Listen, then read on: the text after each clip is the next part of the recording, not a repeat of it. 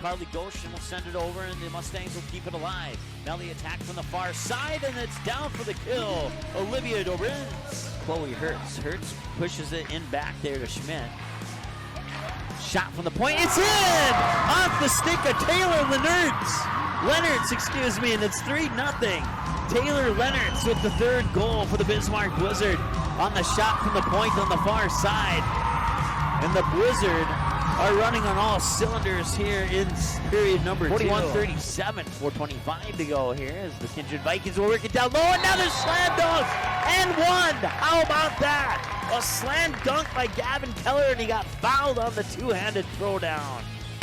Kennedy Kuntz will pop that one up left center field. It's going back, and we have our first grand slam of the All-Star Series in 3 years. Hansen under center, drops back, looks near side. I believe that's Wilmo, and he's got it. Fargo South touchdown. Kaylee Jackson, three-pointer up, and no, that one won't go in. Tana Litt pulls down the deep offensive board. She'll put up a three. That one's in, we're tied.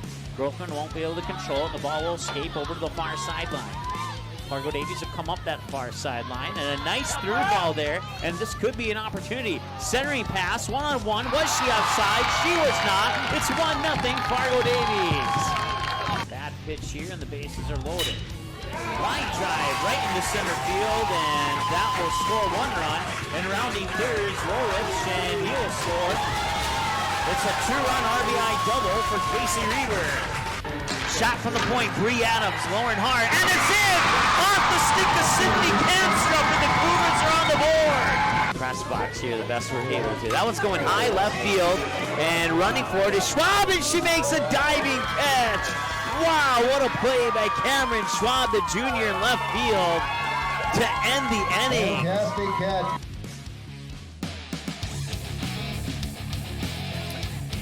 All right, welcome. We're in Casselton, North Dakota once again for a Legion baseball matchup between the Casselton Haymakers and the visiting Grand Forks Blues. We have a wind out of the south-southwest at 12 miles per hour, gusting at times up to 23 miles per hour. We're under a partly cloudy sky and very warm, 82 degrees.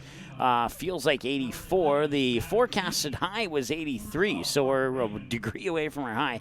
We are on our way to a low of about 69 this evening. 2 games today. First one starting at 5. Hour-by-hour forecast will look like upper 70s to low 80s for the duration of both of these games. We'll take a quick timeout, and when we come back, we'll get you the starting lineups, team profiles, all that other good stuff right after this 30-second timeout on the ND Sports Channel.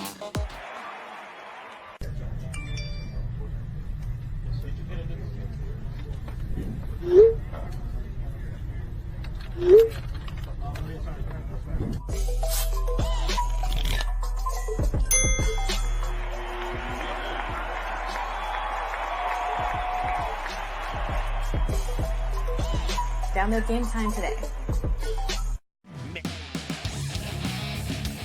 All right, welcome back. Let's go ahead and take a quick look at the team profiles here as they're introducing the starting lineups, and we'll get to those starting lineups ourselves here in a moment. First of all, for the Grand Forks Blues, they're 5-7 on the year, 3-1 at home. They're 2-6 when playing on the road. They have crossed the plate 124 times this season. Their opponents have crossed the plate only 72 times.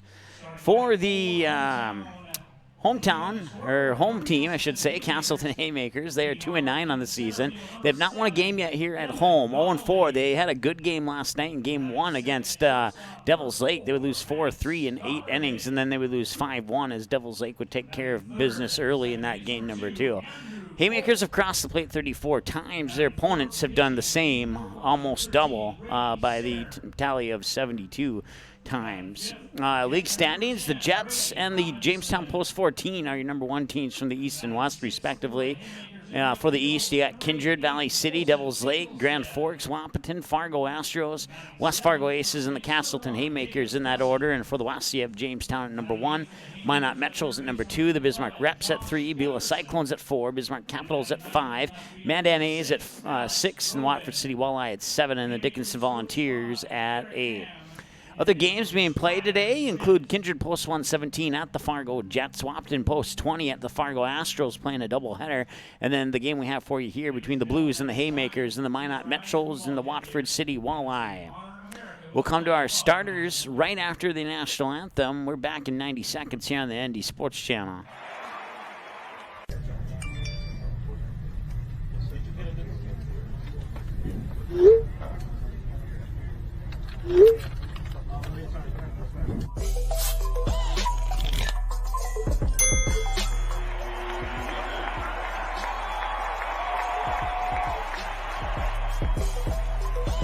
Download Game Time today. Magnitude Sports Media Network is your home for all types of sports programming, primarily covering 3 states. North Dakota matchups are on the ND Sports Channel. Minnesota matchups are on the Minnesota Sports Station. South Dakota matchups are on SD Sports Vision. And all other matchups are on Magnitude Sports Vision. Plus, all radio broadcasts can be heard on Magnitude Sports Radio. It's a whole lot of sports, and it's all right here on the Magnitude Sports Media Network. Good sportsmanship. It will carry you further in life than sports. Growing up in North Dakota, I learned to respect my opponents, the coaches, and the officials. The values of fairness and teamwork carried me to the highest level of my sport and allowed me to live my dream of playing football in the NFL. It doesn't matter if you're on the stage, the playing field, or in the stands. We are all better when we show respect for others and practice good sportsmanship. Carry yourself with dignity. Being gracious makes the losses easier and the victories that much sweeter. So when the lights on the playing field, the stage, or the gym floor dim, you'll always have pride in yourself. All right, welcome back once again. We're ready for some Legion baseball action here between the hometown in red, Casselton Haymakers, and the visiting in white, Grand Forks Blues. Let's go over your starting lineups right now before we get to our first pitch. And as we pull up those lineups, once again, we're at 82 degrees under a partly cloudy sky here in Casselton. And you're batting for the Grand Forks Blues. We'll start there. And then we'll go around the bases for Casselton if we have time before batter number 1, which I don't think we will. But it's going to be Ryan Muslar batting first and playing second base. Batting second in right field is Oliver Wolf. Batting third and your starting pitcher is Brady Lewandowski. Batting fourth is the first baseman, Tanner Faller. Batting fifth is the third baseman, Zach Ziegler. Batting sixth is the shortstop, Dylan Kuntz. Batting seventh is your catcher, Spencer Sproul. And batting eighth in left field is Sam Strandel. And batting ninth is the center fielder, Matt Scribner. And it looks like we'll have a moment or two to go through the Haymakers lineup, too, as your starting pitcher, Brady Sinners, continuing to warm up. Batting first and playing in center field will be Devin Donnelly, and then batting second will be the shortstop, Max Cobbervig. Batting third will be the second baseman, Andrew Volk. Batting fourth will be your starting pitcher, Brady Sinner. Batting fifth will be the catcher, Brady Robinson. Batting sixth will be the right fielder, Aiden Olsen-Tingelstad. Batting seventh will be the first baseman, Jacob Crescent. Batting eighth will be the third baseman, Josh Gunderson. And batting ninth will be Alex Roden playing out in left field. So we are ready to play ball now here in inning number 1.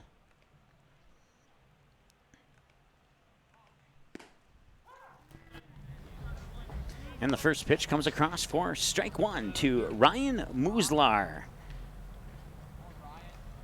First pitch at 4:58, so we got started a little bit late yesterday. Now we're getting started a little bit early today. I don't know if the same umpires from yesterday are here or not and maybe making up for it, but I've just got the word that is not the case. So there's some road construction in town, and so we have a guess that he might have got caught up in that yesterday. We got started a little bit late. That one will be a one-hopper, and that'll be handled by Andrew Volk, who will fire it over to Crescent at first for the 4-3 ground out, and that's one away as Ryan Musler will ground out. I'll bring up Oliver Wolf next here for the Grand Forks Blues. Still no score, top of the first, one away. 17, Oliver Wolf. And I apologize. I believe I said white jerseys in our pregame show. They're actually in their blue jerseys. When I walked in, they were warming up with white jerseys on, and now they have some either a different jersey or it actually kind of looks like a blue top over that white jersey. So I threw those on by surprise there. Strike comes across to Oliver Wolf, who is the batter here for the Grand Forks Blues. Certainly appreciate you tuning in, and we appreciate you tuning in yesterday as well, as we discovered this morning a lot of broken links on our website, so we apologize for that. We have the link to our YouTube, we have the link to our Facebook, we have the live feed directly on our website now, and that's working. I double-checked it a few seconds ago, and it is working. Just go to our website, and you can click play, and that's how you'll watch it. That one will hit the gap in right center, and that'll be scooped up by Aiden Olsen-Tingelstad and fired into the shortstop, Max Kobervig, at second to hold Oliver Wolf for a single, and that'll bring up Brady Lewandowski. The pitcher, number 19, Brady Lewandowski. So it'll be our first pitcher versus pitcher battle today, I should say. Yesterday in the Haymakers game against the Devils Lake Storm, it would be the Storm's pitcher getting the better of the Casselton pitcher in the pitcher versus pitcher matchups. We'll see if the Blues can repeat that pattern, or if Brady Sinner will put some of these players back to the dugout.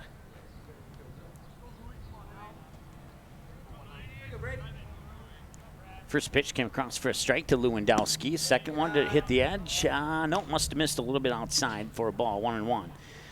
So you got ones across the board now. 1 ball, 1 strike, 1 out, and a runner on first. That runner is Oliver Wolf. Sinner on the mound will go around the bases here for the Haymakers right after this 1-1 pitch. And here it comes inside. Got it in there for a strike 2. Nice pitch there by Brady Sinner. Jacob Crescent is at first. Andrew Volk is at second. Max Kobervig is the shortstop. And Josh Gunderson is at third. Brady Robinson behind the plate catching your starting pitcher, Brady Sinner. The outfield here after the 1-2 pitch from your starter, Brady Sinner. And he'll throw it quickly over to first for the pickoff attempt. Not there in time. It'll remain 1-2. 7 pitches so far. 6 of them have been strikes for Brady Sinner. Not a bad start to this game.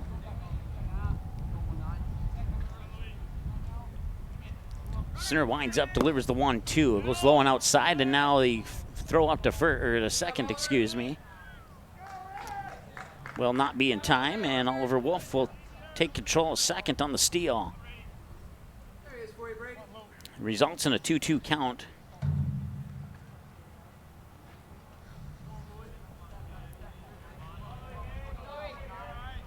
And the 2-2 inside, missed it for a ball, 3-2, a full count. Once again, the batter's Brady Lewandowski, and on second is Oliver Wolf. On deck is Tanner Fowler. 1 away here and a full count. Glances over at second, delivers the payoff. Down the middle, popped up. Right field, drifting towards the foul line and in foul territory, running for it, but just a couple steps behind and can't get there in time is Aiden Olsen-Tingelstad. So we'll come back and do payoff pitch number 2 for Brady Lewandowski.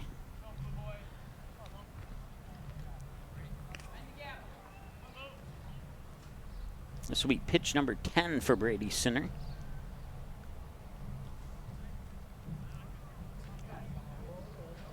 Partly cloudy and 82 degrees. Feels like 83. Have a wind at about 10 miles per hour as that'll be grounded into the glove of Kobervig at short. He'll fire it over to first, and Crescent will make the catch.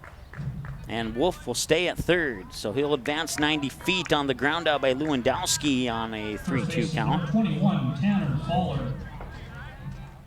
If you're scoring at home, that's a 6-3. Advancing Wolf to third and brings up Tanner Fowler. 5 minutes into the game, 10 pitches, 7 strikes, 3 balls. Once again, a strike is anything that's not a ball. A hit, a home run, a fouled away pitch, a swing and a miss, they all go into the books as a strike.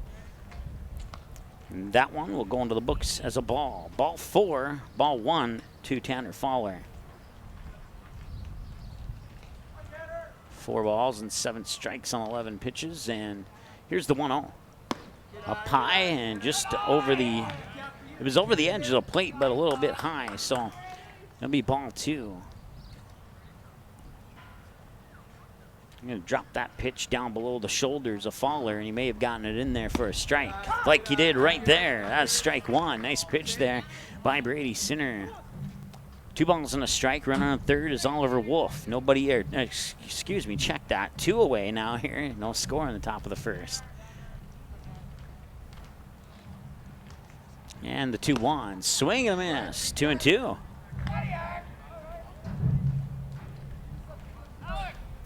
Yesterday it was a little bit windier than we probably would have liked it to be, but it was much cooler. It was in the upper 70s. Today there's a little bit of a breeze, but you can feel the heat more than you could yesterday. And that pitch will float away outside for a ball, and that's another full count. 2 full count counts to back-to-back batters here.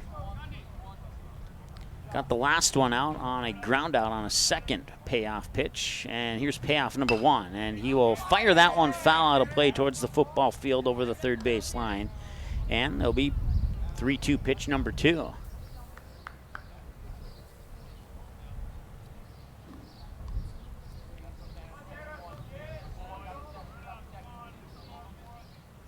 And that'll be grounded in the direction of Andrew Volk. He will scoop it up, and an underhand toss there to Brady Sinner running towards first to get the out. So goes into the books as a 4-1 on the throwout at first. Oliver Wolf will be stranded at third, and we'll go to the bottom of the first, scoreless here on the ND Sports Channel. We're back in 60 seconds. Good sportsmanship. It will carry you further in life than sports. Growing up in North Dakota, I learned to respect my opponents, the coaches, and the officials. The values of fairness and teamwork carried me to the highest level of my sport and allowed me to live my dream of playing football in the NFL.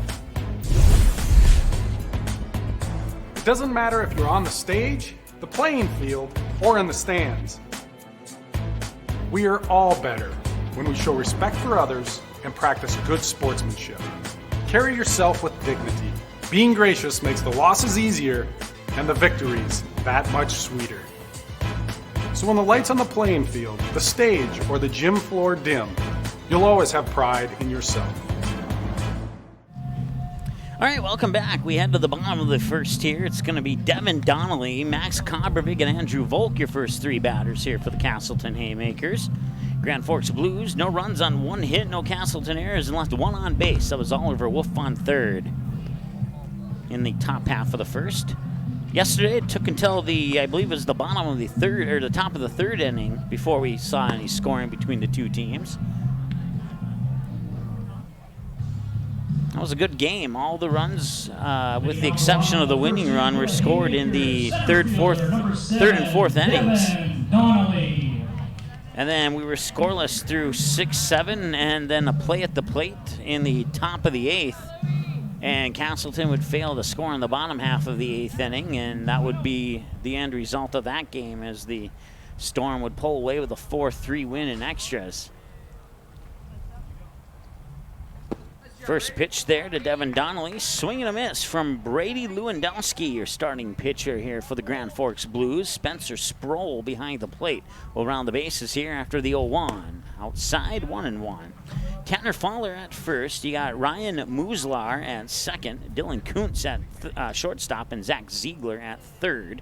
We'll go through the outfield here after the 1-1. Did he swing? No, he did not pull his bat far enough ahead, and now going to the books is ball 2. 2-1. Oliver Wolf is in right field. Matt Scribner is in straightaway center. Swing and a miss, strike 2 on Donnelly. Once again, Scribner is in center field, and then you got Sam Strandall in left field for the Grand Forks Blues. And the 2-2, and that one hit him. He'll advance via the dead ball hit by a pitch, and that will bring up Max Kobervig for the Casselton Haymakers. Yesterday we had 2 teams wearing pretty much identical jerseys. Today, much easier to determine which team is who.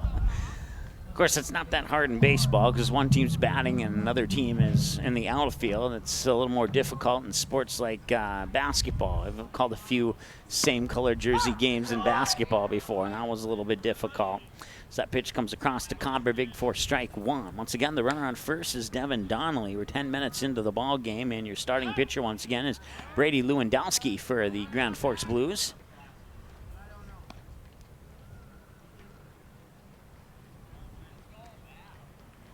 Partly cloudy, 82 degrees, on our way to a high of 83 as the forecasted high. Pitch comes across, throw out to second, head first slide. He's in there safely, and as a result, it is 1-1 on the count. And Donnelly will take second. So I almost said Squirrels, but the Haymakers get a man in scoring position today a little bit earlier than they did yesterday. And that'll be a chopper that'll skip by Lewandowski, but picking it up is Muslar, firing it over to Fowler for the 4-3 ground out. That will advance Donnelly 90 feet closer to the first run of the game. Andrew Volk.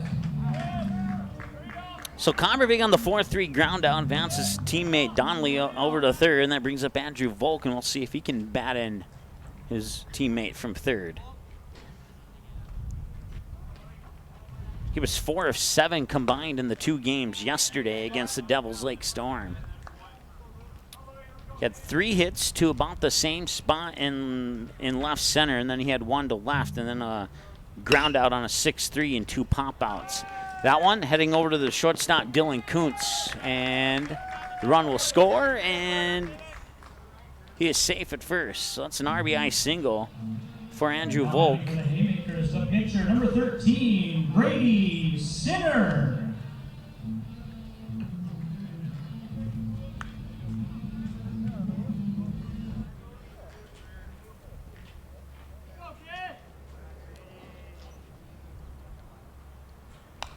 That one straight back. Had there not been a netting, that would have been in my left hand.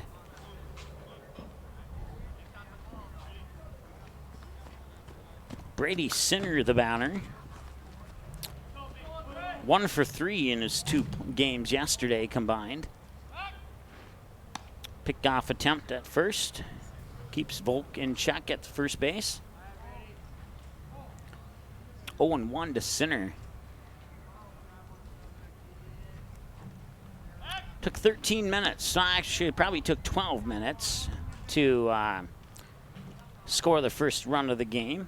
Yesterday's first game went 2 hours and 24 minutes. We were actually on the air for a little bit over 3 hours yesterday because we had an extended pregame show waiting for the umpire to show up. 1-1 the count. 1 runner on and 1 out. That one will go into the dirt. A nice job there by Spruill to block it and keep it in front of him. Make sure that Volt doesn't take off for second. It's 2-1 as a result. 12 pitches for Lewandowski now. 6 balls, 6 strikes.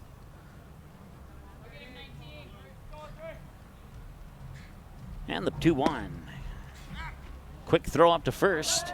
And that one will escape into right field. Foul territory, and that will allow Volk to advance on a base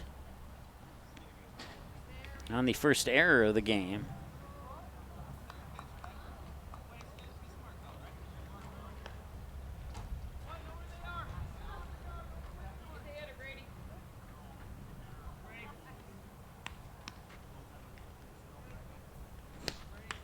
Three and 1 as a result.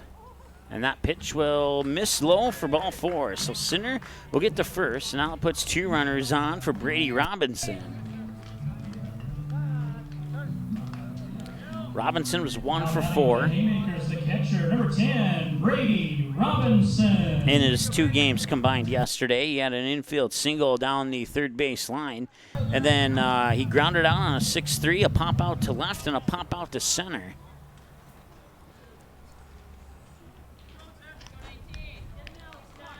Lewandowski will glance at second, deliver the pitch, swing and a miss, strike 1 on Robinson.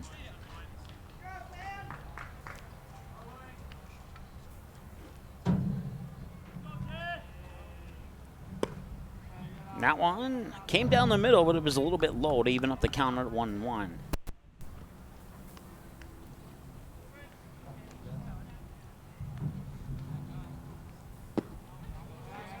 And that's pretty much an identical replay of the previous pitch. Down the middle and a little bit low. Ball 2. 2-1 the count now to Robinson. And the 2-1. Wow, what a catch by Lewandowski, and he'll fire it back to second for the double play. And that will end the inning. If nothing else happens this game, that will be the play of the game right there. So up to this point, that's a highlight that we might crop out later in post-production. We'll be back here with the top of the second. It's 1-0, the Haymakers lead. Back in a moment here on the ND Sports Channel.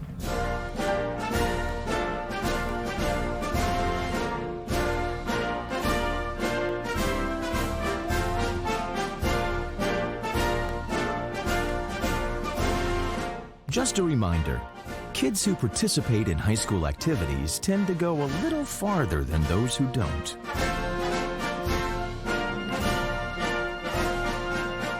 Take part. Get set for life.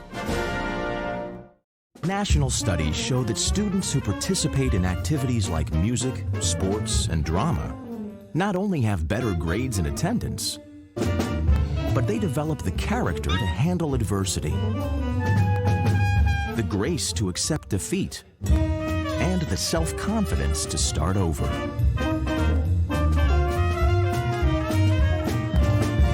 Take part. Get set for life.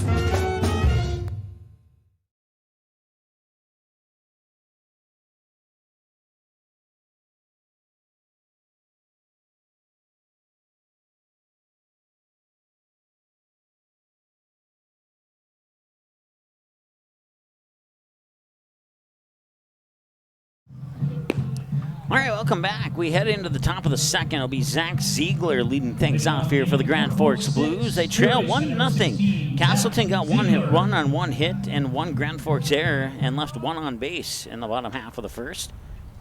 Grand Forks, no runs on one hit, no Casselton errors, and one left on base so far in the game as well. So both teams have left one. We're 17 minutes into it, and the Haymakers have a 1-0 lead. Sinner will deliver the pitch down low for ball one to Ziegler, and it's 1-0.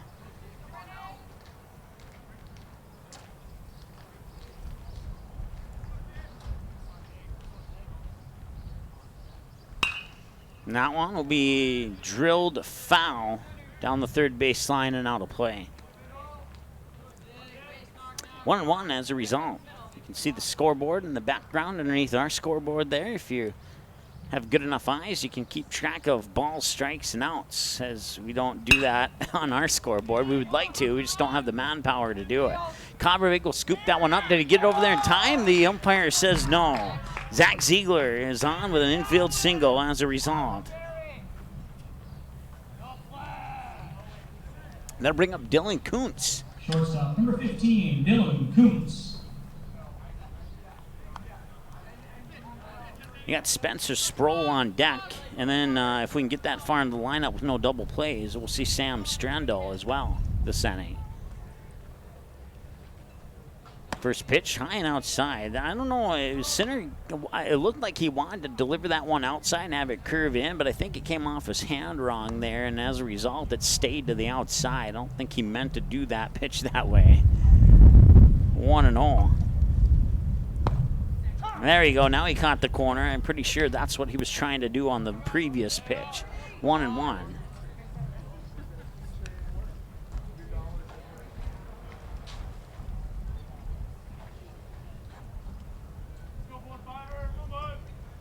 Showing bunt. That'll be bunt back to right to center. He'll fire it over to second for the force out on Ziegler.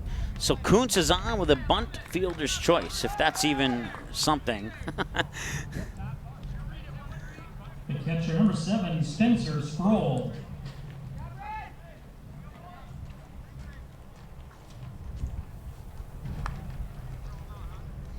So Spencer Sproul is up now, and Dylan Kuntz is on first, and we have one away with Sam Strandall on deck. So if a double play doesn't happen, we'll see Sam Strandall. We're 20 minutes into the ball game now. Still no pitches to Sproul on the pickoff attempt to try and get Kuntz at first. Unsuccessful on that attempt. Sinner will get the signals there from Robinson, and he'll deliver the pitch. And that'll be, it must have hit the bat, because otherwise it would be going in the books as a wild pitch, I guess, because I don't know, I didn't hear a sound effect through the crowd mic of it hitting the bat.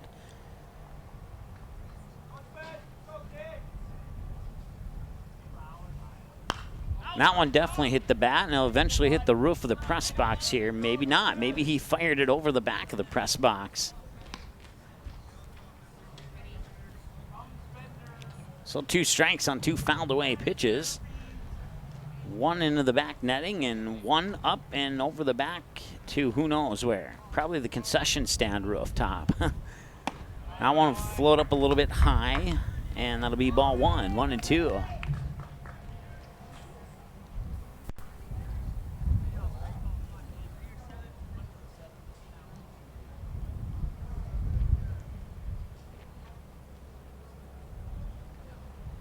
That one comes inside for ball 2. So after 2 fouled away pitches, he now has 2 back-to-back balls thrown. 10 balls, 17 strikes on 27 pitches for Brady Sinner. Once again, the runner on first for the Blues is Dylan Kuntz.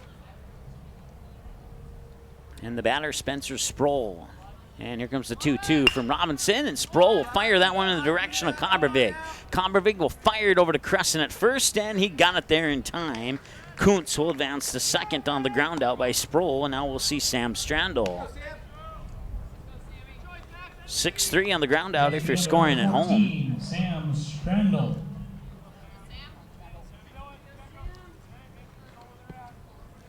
If Strandl can get on base with no outs, we'll see Matt Scribner on deck.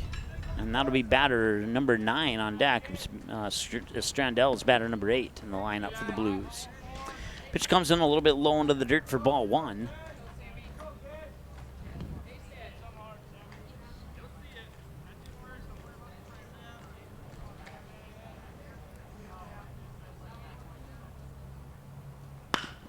Nice hit there. That one will... Oh, what a... Oh, no, I thought he grabbed that one, but it did go over Crescent's glove. And rounding third now is Kuntz, and we're knotted up at 1-1. For a split second there, I thought he was able to jump up and grab that one, but it did go over Crescent's head. Tinglestad had to scoop it up. Excuse me, Olsen Tinglestad.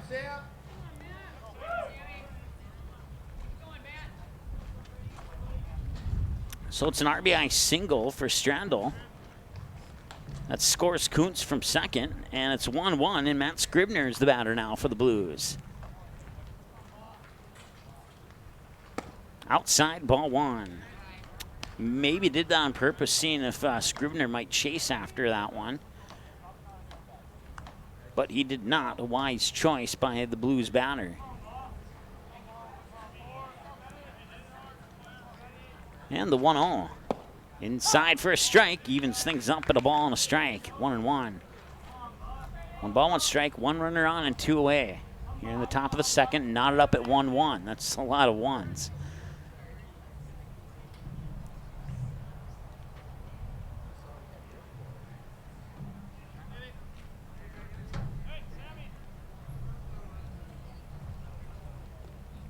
Nice crowd on hand here so far. Taking a peek out there. I recognize a few faces. Haymaker fans off to the left there. See a lot of blue. I'm guessing that they're Grand Forks fans. And that one will be fired foul right into the front fence in front of the Blues dugout. Just so you can kind of get an idea of what that looks like. There's a fence right in front of where those players are standing. Same scenario over on the Casselton dugout. Center will deliver the 1-2 and swung and fouled away. They hit a blue bicycle over by the football press box. Makes the count 1 ball and 2 strikes to Matt Scribner. Once again, Sam Strandl, the runner on first. He got there via an RBI single to tie the game. That one will just miss outside the strike zone for ball 2. 2-2. 2 balls, 2 strikes, 2 outs. Runner on first is Sam Strandl. 25 minutes into the ball game. Pitch 35 coming up for Brady Sinner. 82 degrees and a partly cloudy sky. South wind at 12. Swung on and fired foul once again and out of play. Over the third base line.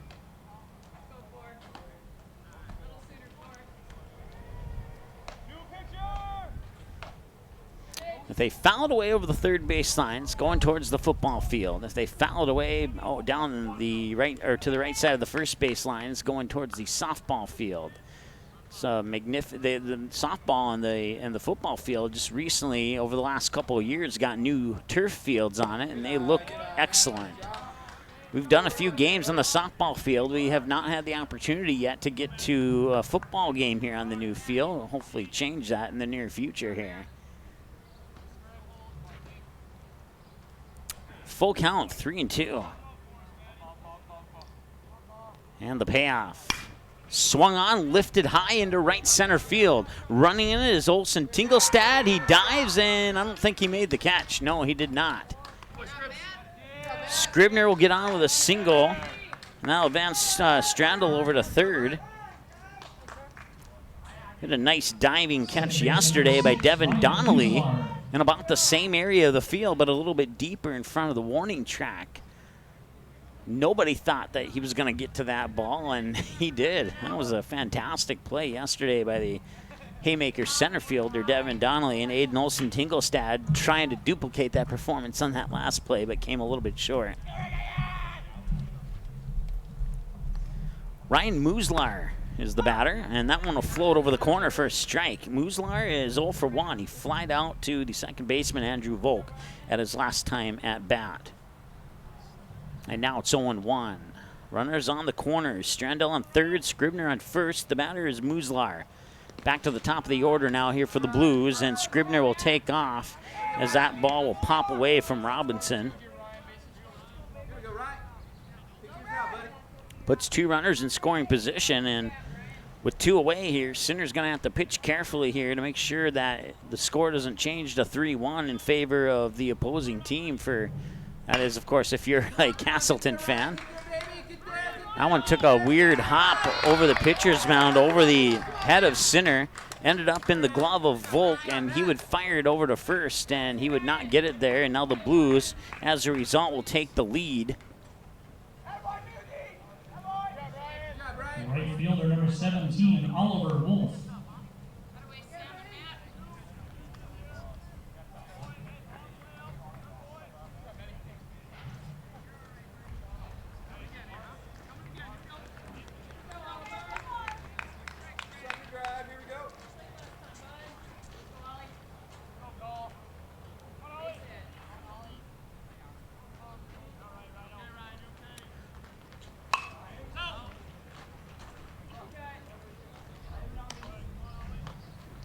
Apologize, forgot to hit the button twice there to make it 3-1. Scoreboard showed 2-1 there for a second. We apologize for that.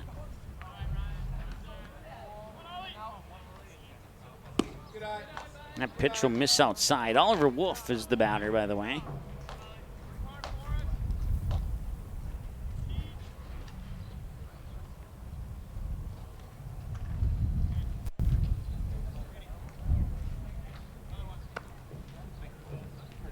One ball, one strike to Oliver Wolf. He is 1 for 1 with a single into right center field his last time at the plate.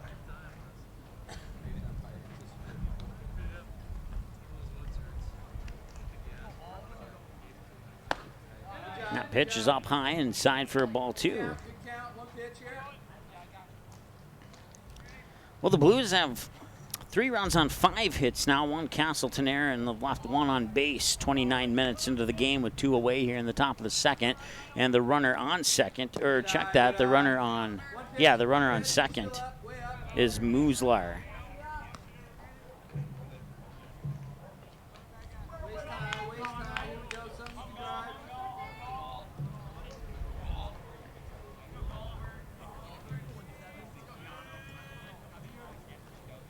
Three-one count from Sinner, swing and a miss, and it's a full count. So the next pitch for Brady will be pitch number 45. We're 30 minutes into the ball game now, and the Blues have a 3-1 lead over the home team Haymakers. And the 3-2, the payoff puts Wolf on base on a walk. So runners on first and second now. And you got Brady Lewandowski, pitcher versus pitcher battle. Brady Sinner won the last one against Lewandowski, as he would get Lewandowski to ground out to Combervig at short for the 6-3 on the throw out.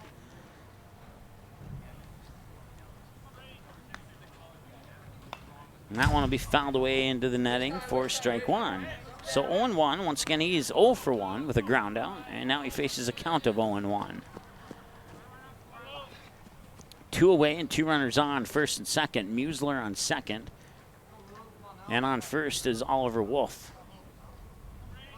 Batter is Lewandowski. And Sinner will deliver the pitch. The 0-1 will miss outside to even it up at 1-1.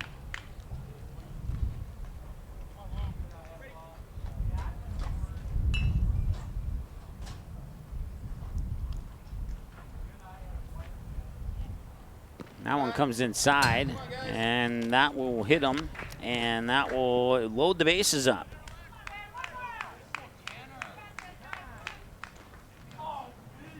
So you got Lewandowski on first, Oliver Wolf on second, Ryan Muslar on third, and now you got Tanner Fowler, who's 0 for 1 with a ground out on a 4-3 to the second baseman, Andrew Volk, his last time at the plate. We'll have a courtesy runner on first for Lewandowski, and that courtesy runner will be number 9, Ross Meyer. Number 9, Ross Meyer, the courtesy runner at first base for the Blues.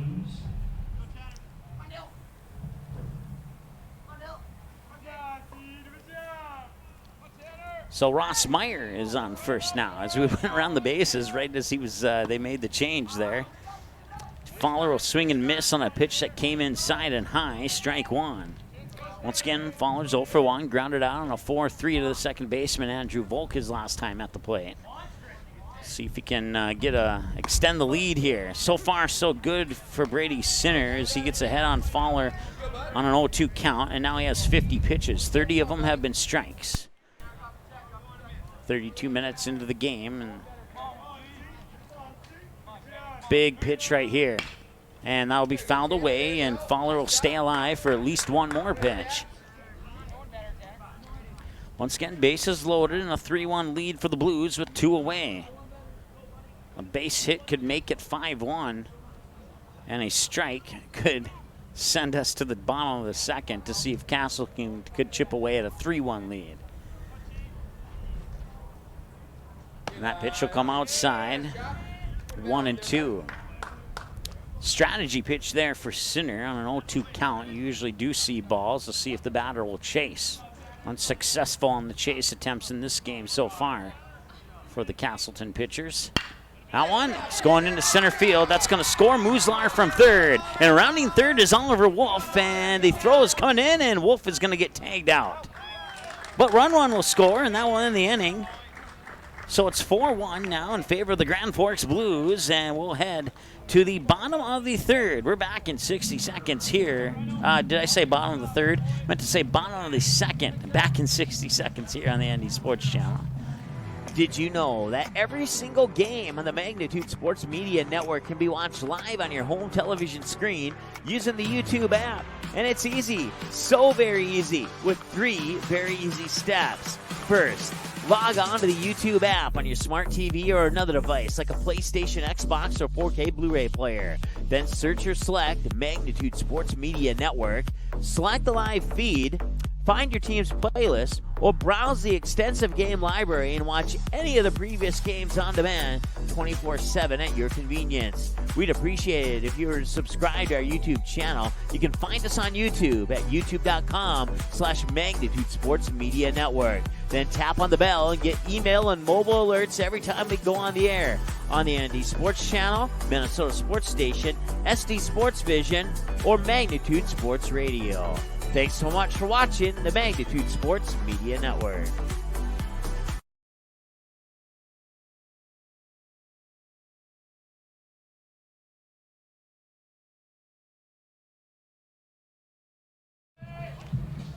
All right, welcome back. It's 4-1 in favor of the Blues, and Aiden Olsen-Tingelstad, the right fielder for the Haymakers, will lead things off here in the bottom of the second. He'll face pitch 19 from Lewandowski, and that'll come outside for ball 1. Tingelstad was 1 for 4 yesterday. He had a huge hit out into left field. I can't remember if that was a single or a double. I think it was a single. And then he reached on the fielder's choice, and then 2 pop-outs, 1 to the second baseman and 1 to medium right center.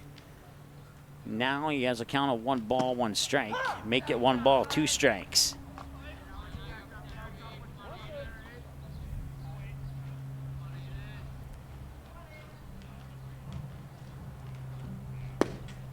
That pitch will just miss as it comes in a little low, and that'll even things up at 2-2.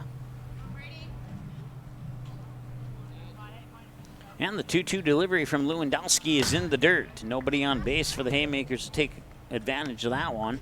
And it's a full count to Aiden Olsen-Tingelstad. On deck is Jacob Crescent. We'll also see Josh Gunderson. It's batters 6, 7, and 8 to start things off here in the bottom of the second for the Haymakers.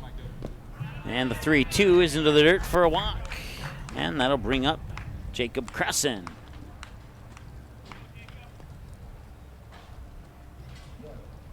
The first baseman, number 1, Jacob Crescent. Crescent was 3 of 7 in the 2 games combined yesterday with 3 hits out into shallow center field. He'll pop out to shallow left. He'll pop out to third. Actually, that was a line drive shot to third. And then 2 groundouts, a 1-3 and a 1-3 in the 2 games combined yesterday. 1-0 as the first pitch comes across for ball 1 to Crescent.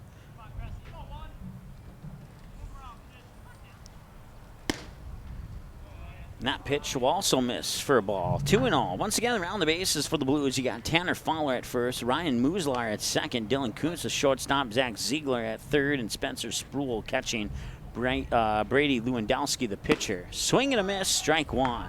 In the outfield for the Blues, Oliver Wolf in right, Sam Strandl in left, and straightaway centers, Matt Scribner. 2 balls and a strike. Runner on first is Aiden Olsen-Tingelstad. Pitch will come outside for a ball. Sproles fires it up to Fowler to try and get Olsen-Tingelstad out, but unsuccessful on that attempt, and it results in a 3-1 count to Jacob Crescent. Lewandowski winds up and delivers the 3-1. Swing and a miss on a pitch up high as Crescent climbed the ladder, and, well, you know what happens when you climb too high on the ladder, you fall off. And in that case, he fell off and received a strike as a result.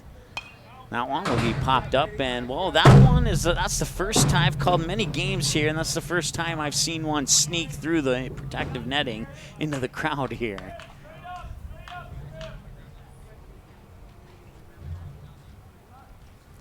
Three and 2. And that one will be popped up, and it'll be scooped up as it'll drop right before it hits the outfield there. Muslar will fire it into the glove of Fowler at first for the 4-3. That'll advance Olsen-Tingelstad up to second and bring up Josh Gunderson. Third baseman, number 11, Josh Gunderson.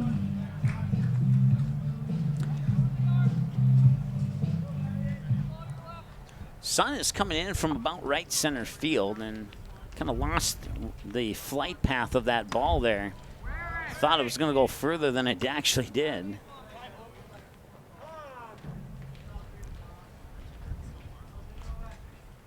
So 1 away once again. Now we'll have a quick conversation at the mound here for the Blues.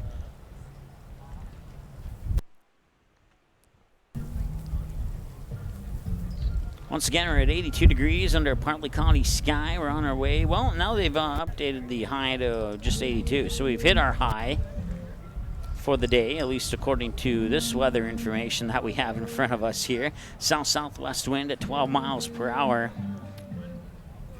Much nicer day yesterday and today than it was the 2 days prior to that, as we had over the course of 2.25 days, probably just shy of 7 inches of rainfall in Cass County, in and around the Fargo-Moorhead, Casselton, Mapleton area. Moorhead, we got a lot of rain, and, well, that caused the July 9th game that was supposed to be played here with the West Fargo Aces to be postponed. That one's been rescheduled to July 17th. Back to action now. The 1-0 pitch, swing and a miss, 1-1.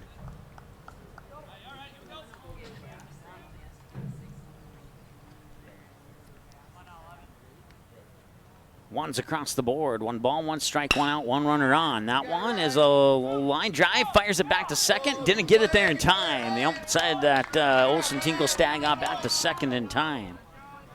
So Gunderson with a low line drive to Muslar for the out. Left fielder, number 6, Alex Roden. Or a soft line drive, I guess is how it's recorded in some scoring books.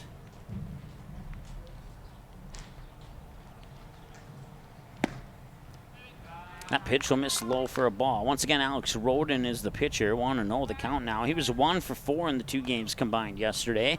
His lone hit was right over the shortstop into shallow left center field.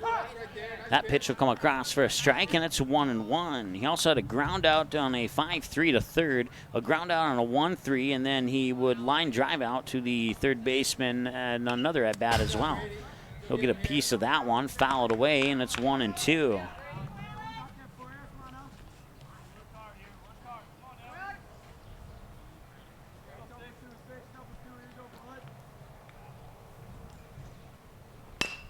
He'll reach for that one. It'll be a couple hops into the glove of Lewandowski and an underhand flip toss to Fowler for the 1-3 ground out. That will end the inning. The Grand Forks Post 6 Blues 4 and the Casselton Haymakers. So after 2 complete, it's Grand Forks Blues. 4 runs on 6 hits, 1 Casselton error, and 3 left on base. And the Casselton Haymakers have 1 run on 1 hit, and 1 Grand Forks Blues error, and 2 left on base. Time of the game so far, 42 minutes. Due up, batters 5, 6, and 7 for the Blues. It's Zach Ziegler, Dylan Kuntz, and Spencer Sproul when we return after this on the ND Sports Channel. Magnitude Sports Media Network is your home for all types of sports programming, primarily covering 3 states. North Dakota matchups are on the ND Sports Channel. Minnesota matchups are on the Minnesota Sports Station. South Dakota matchups are on SD Sports Vision, and all other matchups are on Magnitude Sports Vision. Plus, all radio broadcasts can be heard on Magnitude Sports Radio. It's a whole lot of sports, and it's all right here on the Magnitude Sports Media Network.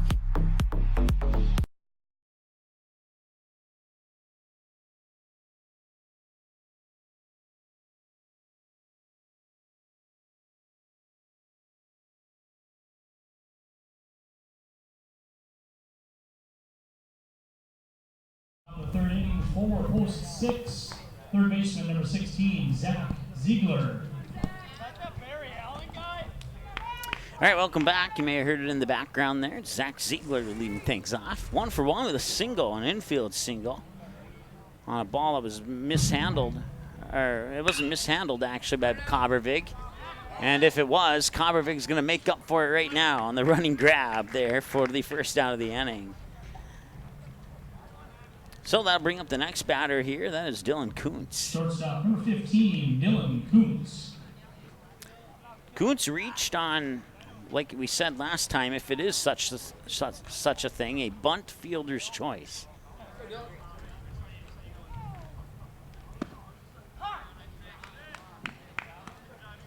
Takes the first pitch for a strike. So he's 0 for 1 as a result of that bunt fielder's choice. And now the 0-1 pitch, swing and a miss, and not sure. It will go into the books as a strike. I wasn't sure if it maybe hit him or not, but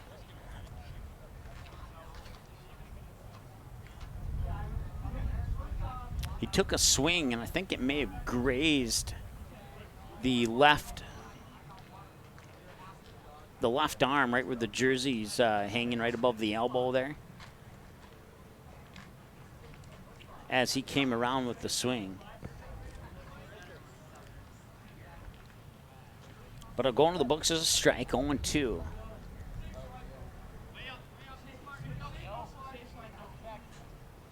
Swing and a miss. That was a good pitch to swing at, too. I would have swung at that one as well. He just did not connect on it, and Kuntz goes down on a K to the right for Brady Sinner. 7, Spencer Sproul.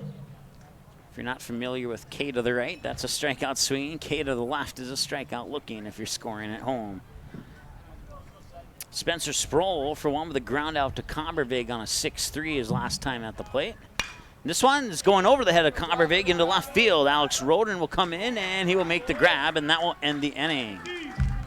So the Blues go 3 up, 3 down in the top half of the third, and that will send us quickly to the bottom half of the third when we return after this on the ND Sports Channel.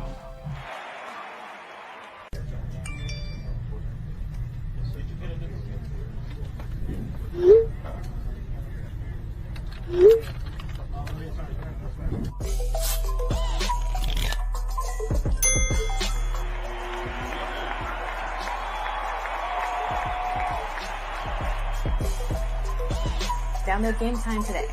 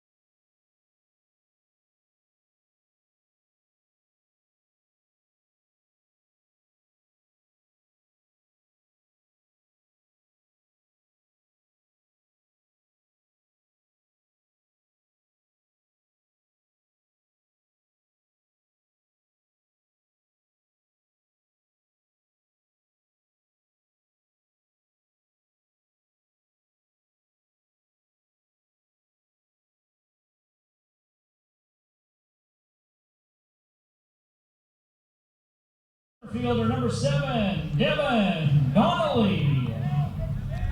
Devin Donnelly's 0 for 0. He was hit by a pitch last time he was at the plate. We're 47 minutes into the ball game. I was making a comment earlier to one of the gentlemen here in the press box. It's like, are we really only in the top of the third? And, well, as soon as I said that, the Blues went 1, 2, 3 in the top of the third. So now we're moving along here a little bit quicker. We're 48 minutes into the ball game right now. That one's going to be lifted up high, and I'm not sure if they'll leave the outfield or the infield, and it won't. Nice job there by Ryan Muslar to make the grab, as he had to backtrack a little bit on that one to get underneath it. Donnelly will pop out, and that's one away, and that brings up Max Cobbervig. Max Cobbervig.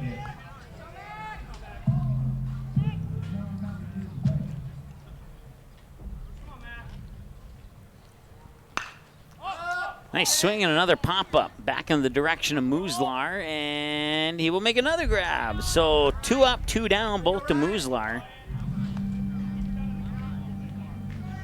Second baseman number 2, Andrew Volk.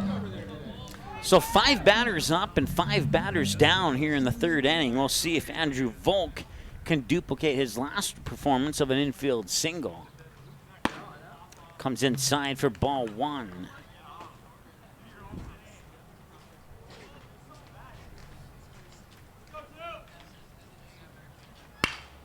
And that one will, no, it went over the head of Oliver Wolf. He made a jumping grab to try and get it and was not able to do it, but he was able to turn around quickly and pick that one up and fire it in to make sure that Volk didn't get anything more than a single out of that one. So even though he wasn't able to make the grab out in right field, he still made a smart play to get that ball into the infield as soon as possible to hold Volk to a single. So that will end the streak of batters up and down, and now we'll see Brady Sinner, who got on base last time on a walk.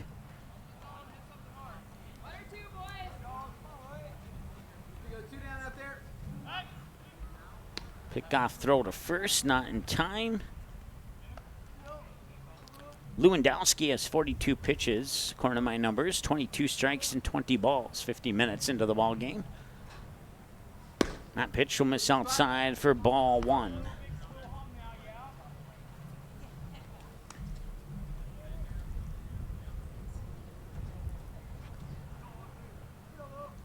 And the 1-0 swung on, and a 2-hopper towards third. Ziegler will pick it up and fire it over, and reaching up his follower, keeping his foot on the bag, and that will end the inning. So we had 6 batters in the third inning.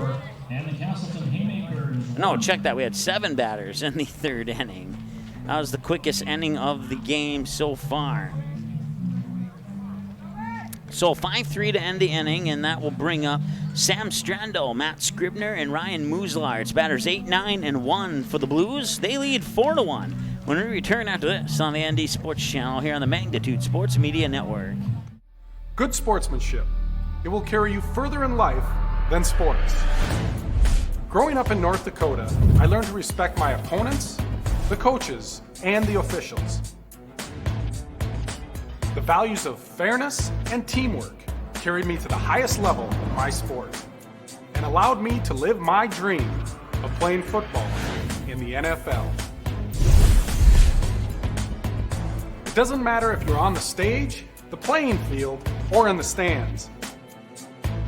We are all better when we show respect for others and practice good sportsmanship. Carry yourself with dignity. Being gracious makes the losses easier and the victories that much sweeter. So when the lights on the playing field, the stage, or the gym floor dim, you'll always have pride in yourself.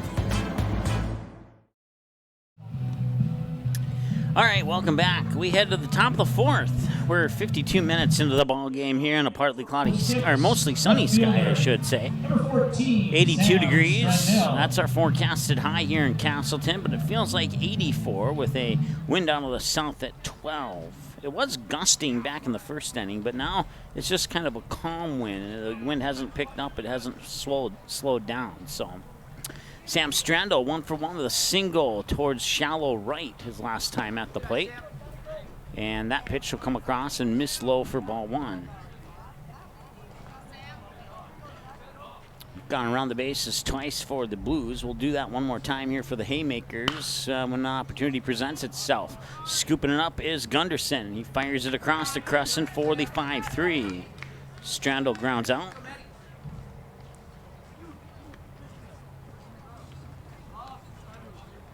So Jacob Crescent is the first baseman, Andrew Volk is the second baseman, Matt Scovervig the shortstop, and over at third is Josh Gunderson. Behind the plate, Brady Robinson, and pitching once again is Brady Sinner. In the outfield, Alex Roden in left, Aiden Olsen-Tinkelstad in right, and Devin Donnelly in center field. Here's the pitch, and that one's popped up and making a run for it, but it does drop out of play, so he'll not be able to make a play on that one. And that'll go into the books as a fouled away pitch for a strike. Brady Sinner has now tossed 61 pitches. 39 of them have been strikes and 22 balls. Just got an alert on my phone of a news update for a local news station saying, could year-round school be possible for Fargo-Moorhead? I hope not. I need a break from sports. That one will be singled out into right center. Nice hit there by Matt Scribner.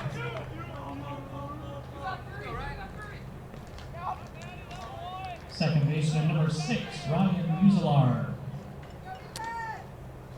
Muslar fly out in a single. Fly out to Andrew Volk, and then a single on about the same area that Matt Scribner just hit the single to. So the fly out and then a single in that order on his 2 at-bats so far. Pitch comes inside for ball 1.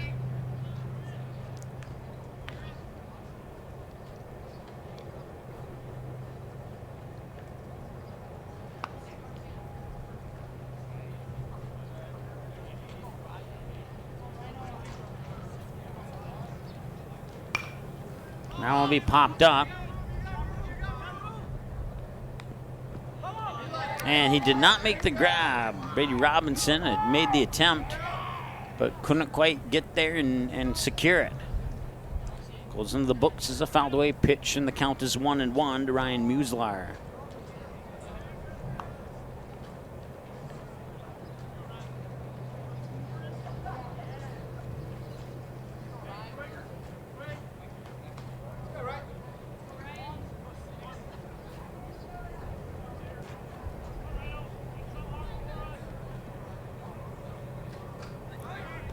That pitch goes into the dirt, and now Robinson will fire it out to second.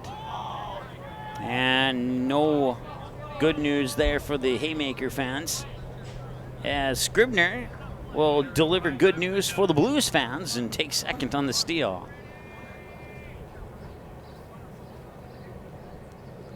Two and one as a result. And Sinner will glance back at second. Make a second glance, wind up and deliver the 2-1. Caught the corner as it came in, floating low and high enough above the knees, and that's a strike, 2-2.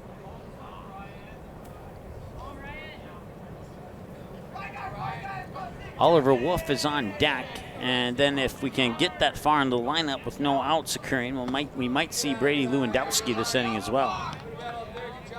Once again, the batter is Ryan Muslar. The runner on second is Matt Scribner. 3-2 the count.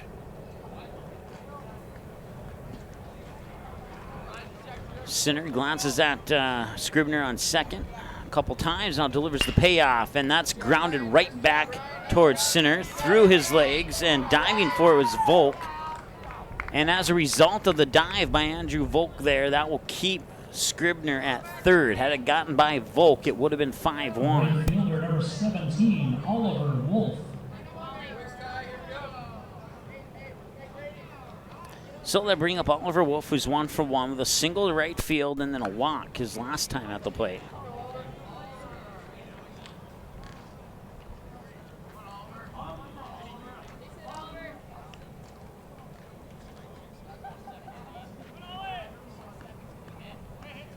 Sinner glances over his left shoulder at first for Musler, and now he'll deliver the pitch outside for a ball. So once again, runners on the corners. Ryan Musler on first, and then over on third is Matt Scribner.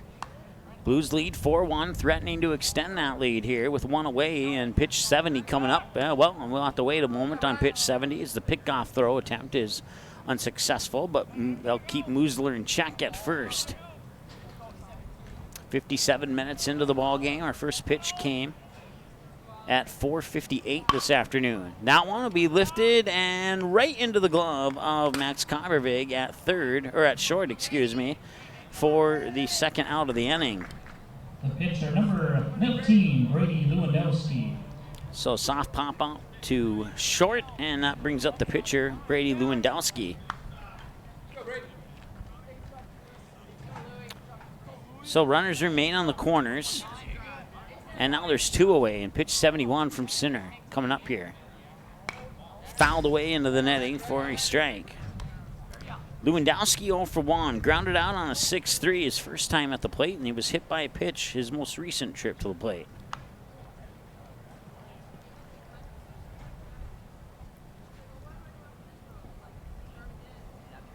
And the 0-1 delivery. Into the dirt, and taking off for second is Muslar, and there will be no throw. They'll let him get in, and that puts 2 runners in scoring position on a stand-up steal for Ryan Muslar.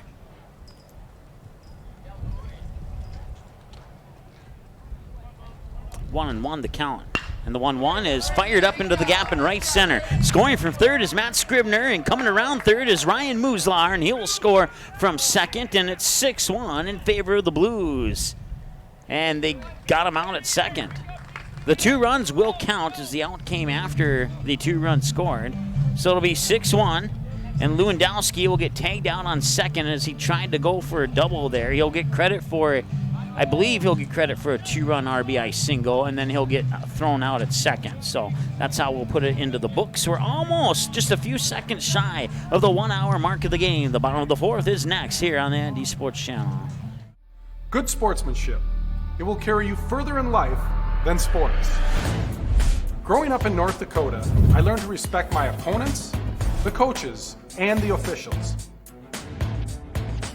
The values of fairness and teamwork carried me to the highest level of my sport and allowed me to live my dream of playing football in the NFL. It doesn't matter if you're on the stage, the playing field, or in the stands. We are all better when we show respect for others and practice good sportsmanship. Carry yourself with dignity. Being gracious makes the losses easier and the victories that much sweeter. So when the lights on the playing field, the stage, or the gym floor dim, you'll always have pride in yourself.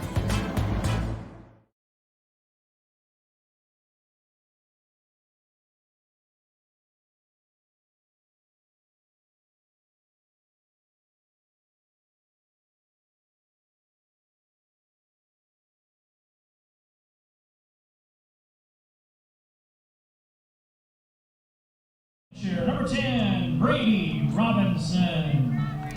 There it is. Brady Robinson will lead things off here for the Haymakers as the Blues now lead 6-1.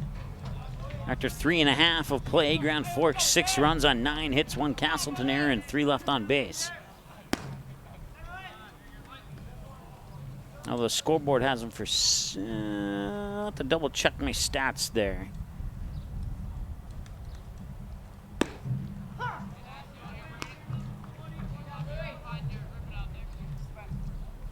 One and one the count to Robinson. He's 0 for 1 with a line drive out right back to Brandon Lewandowski. That resulted in a double play as Lewandowski would fire it over to second to get the second half of that out of that double play out, which would, I believe, that ended the inning on that particular play.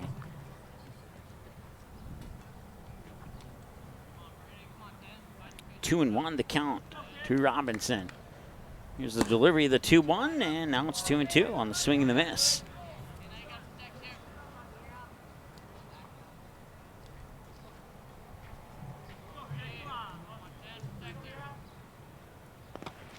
Two is into the dirt, full count. We've had a lot of full count pitches today. And that's part of the reason why the game has kind of gone by a little bit slower than we probably expected it to.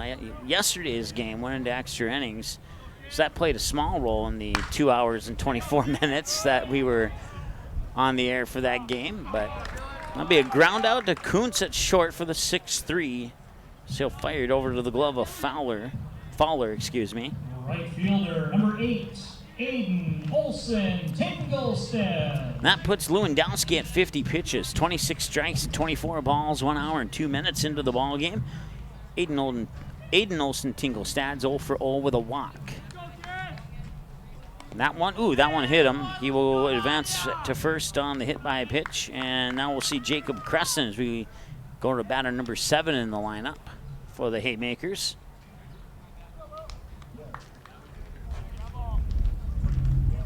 First baseman, number 1, Jacob Crescent.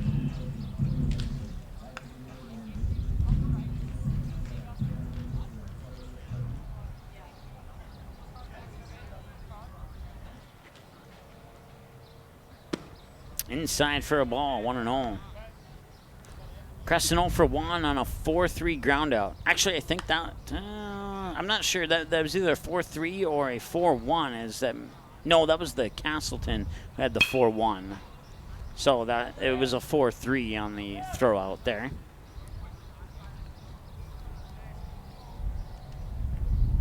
That one's fouled away for a strike, and the count's 1-1 as a result. Runner on is Aiden Olson Tinglestad. Got there via hit by a pitch. That one will be lifted up in just in front of the outfield, and making the grab is Ryan Muslar.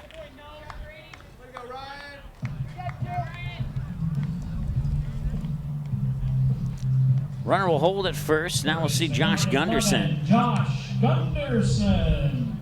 0 for 1 with a line drive out to Muslar his last time at the plate. Now pickoff attempt. And Olson Tinglestad will be safe at first on the head first slide.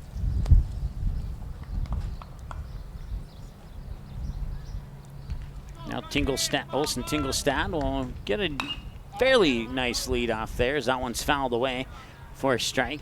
0-1 the count.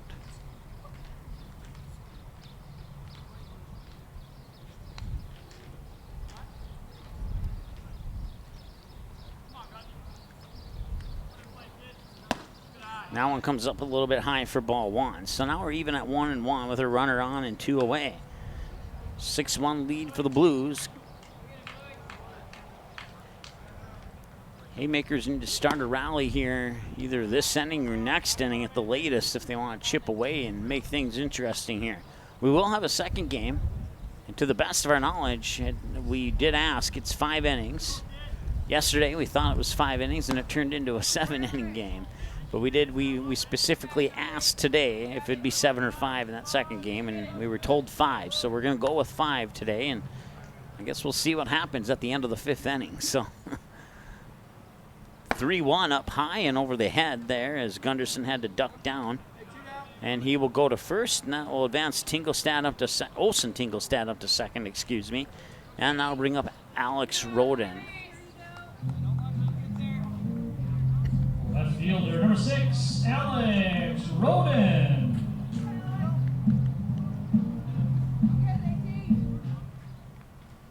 Roden 0 for 1 on a 1-3 ground out his last time at the plate. Swing and a miss, strike one. Not a bad pitch to swing at, just didn't make the connection on the bat.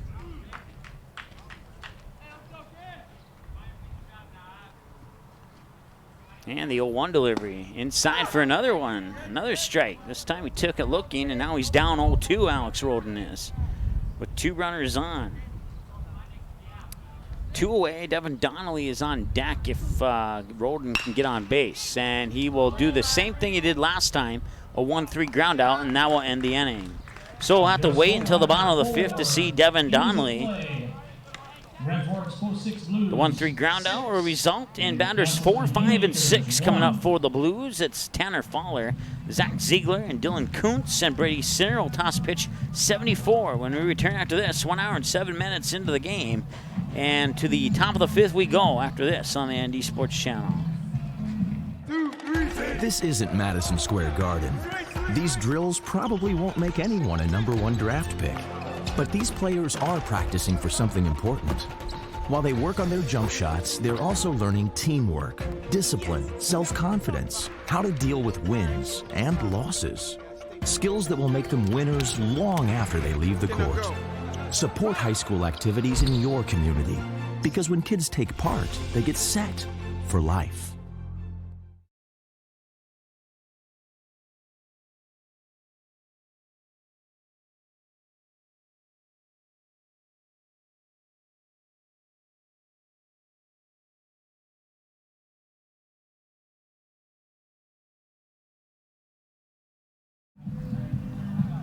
Welcome back. Top of the 5th. It's 6-1 in favor of the Blues over the Haymakers here on the Haymakers home field in Casselton, North Dakota. 82 degrees. Sunny, they say it's partly cloudy, but there's more suns than clouds, and that's why it's partly cloudy, I guess. We're right behind the Casselton High School, the recently remodeled Casselton High School, and driving up on it yesterday and then driving in from the side to avoid the road construction. Lesson learned from yesterday to avoid it today. Got 2 views of it, and it's a excellent facility here. The school itself, that doesn't include the football and the softball and the baseball field here. That one's heading out into left field, and it will drop foul.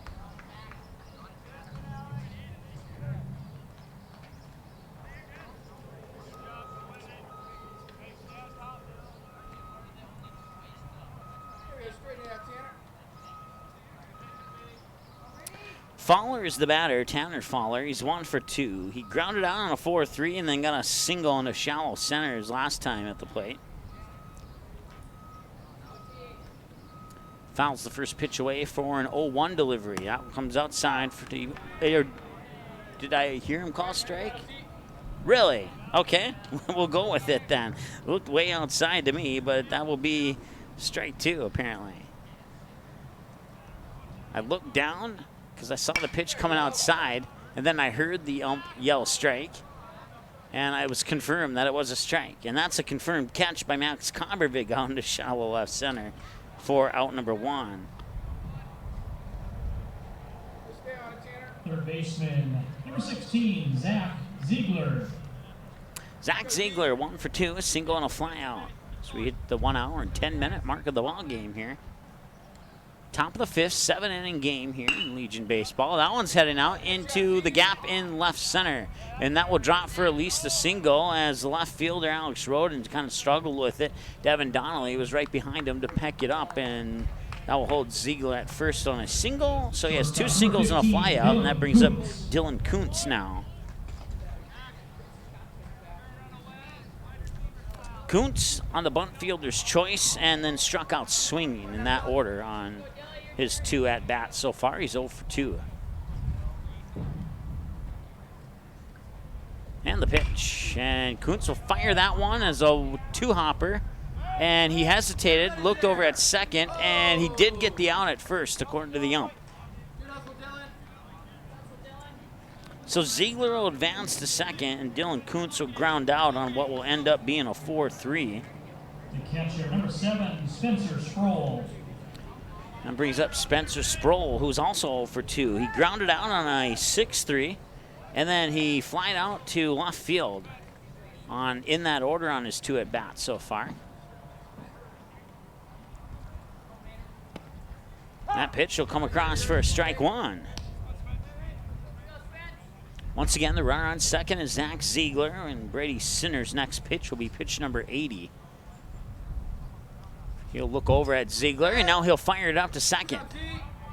That was a close one, but Ziegler's safe.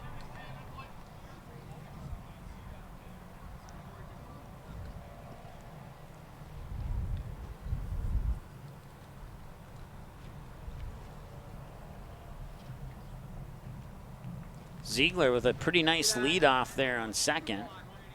90 feet between the bases. He's probably a good 35 feet off.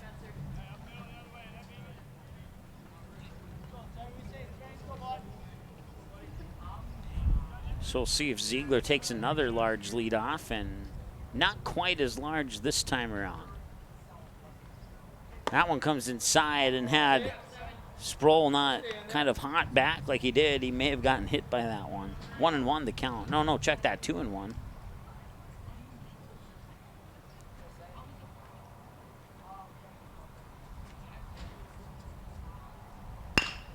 And that'll be a chopper right over to Cobberby, gets short. And he did not get it. It's going to go into the fence, and that will bring home Ziegler and advance Sproul up to second. So Sproul will get credit for a single. And then that'll advance Ziegler to third, and then both runners will advance on the throwing error.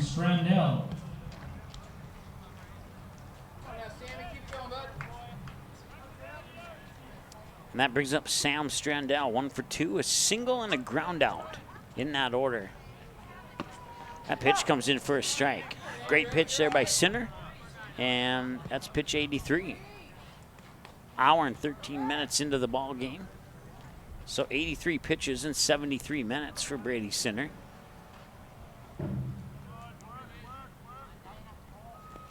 That one will go into the dirt through the legs of Robinson and advance Sproul over to third.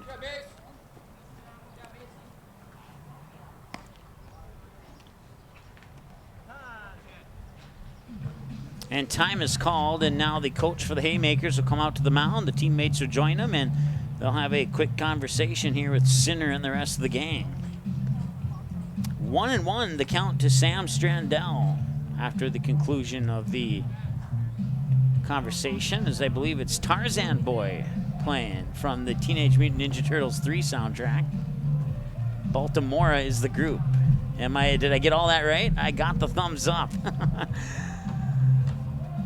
You can't trick me on music. I've worked in radio for too long to probably not know the name of a song if you play one. All right, returning to action. It's 1-1 to Sam Strandell.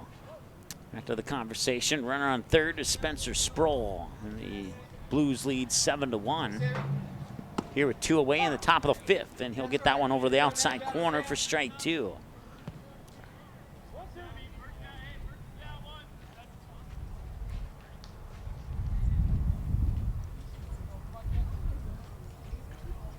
And that one will be fired out into right field, and it will drop fair.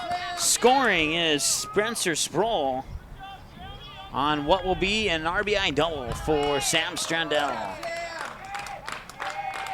That one just dropped inside of the foul line and then rolled all the way to the fence there, and that gave enough time for Sproul to come home. And that brings up Matt Scribner. He's 2 for 2 with 2 singles to the exact same spot in shallow right center.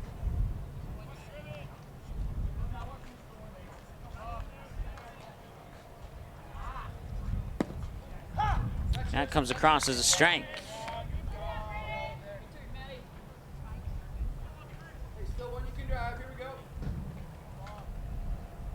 And an 8-1 lead for the Blues now, who dropped 2 to Valley City yesterday.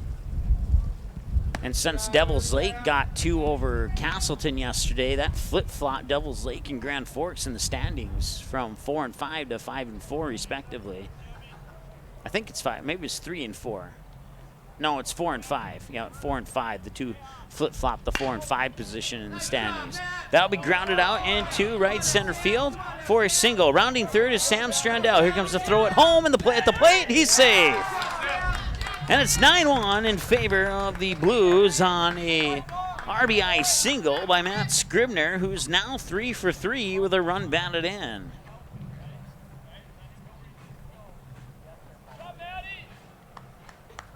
I bring up Ryan Muslar, who's 2 for 3 with a flyout to Andrew Volk at second. And then he would follow that up with 2 singles. And now we will have a pitching change. That will be the end of the day for Brady Sinner. 88 pitches, 58 strikes, and 30 balls. We'll take a break and find out who the new pitcher is, let him warm up, and give you all the updates when we come back after this on the ND Sports Channel. Did you know that every single game on the Magnitude Sports Media Network can be watched live on your home television screen using the YouTube app? And it's easy, so very easy, with 3 very easy steps. First, log on to the YouTube app on your smart TV or another device like a PlayStation, Xbox, or 4K Blu-ray player. Then search or select Magnitude Sports Media Network, select the live feed, find your team's playlist, or browse the extensive game library and watch any of the previous games on demand 24/7 at your convenience. We'd appreciate it if you were to subscribe to our YouTube channel. You can find us on YouTube at youtube.com/Magnitude Sports Media Network. Then tap on the bell and get email and mobile alerts every time we go on the air. On the ND Sports Channel, Minnesota Sports Station, SD Sports Vision, or Magnitude Sports Radio. Thanks so much for watching the Magnitude Sports Media Network.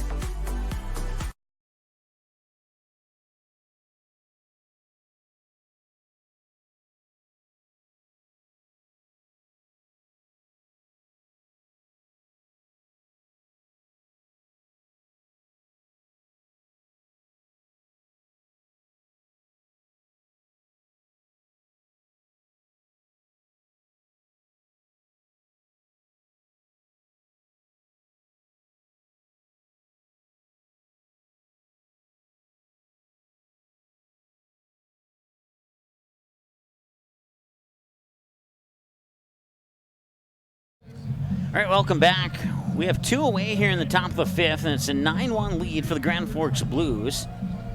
Your new pitcher is Josh Gunderson. The first batter he'll face is Ryan Muslar, The Blues, second baseman number 6, Ryan Muslar. who's 2 for 3 with a flyout, a single, and a single. Brady Sinner will move over to third. Josh Gunderson moves to pitcher, and it's just a straight switch between third and pitcher.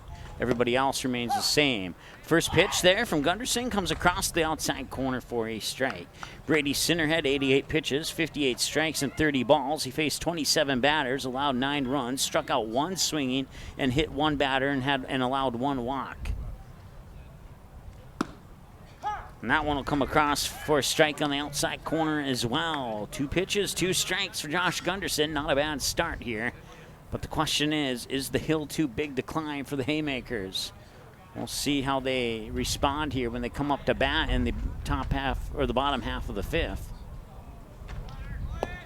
Right now, Gunderson needs to get the Haymakers out of this inning. And it will not happen there. Scribner will steal second. So 1 ball and 2 strikes to Muslar. And now Scribner's in scoring position where a base hit from Muslar could score him to make it 10-1. There is 2 away. Keep that in mind. Now pitch comes up high for a ball 2. So we're even at 2-2. 2 balls, 2 strikes, 2 outs. Runner on second, Matt Scribner.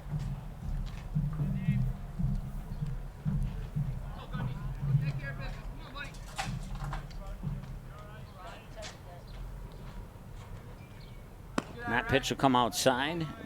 Kind of looked like he put that out there on purpose. Whether or not he did, I can't say for sure, but just a gut feeling that maybe he was trying to get him to chase, but I think maybe he was trying to throw it outside and went a little bit further outside than he actually wanted it to. And that one's going to be popped up and heading towards first and out of play.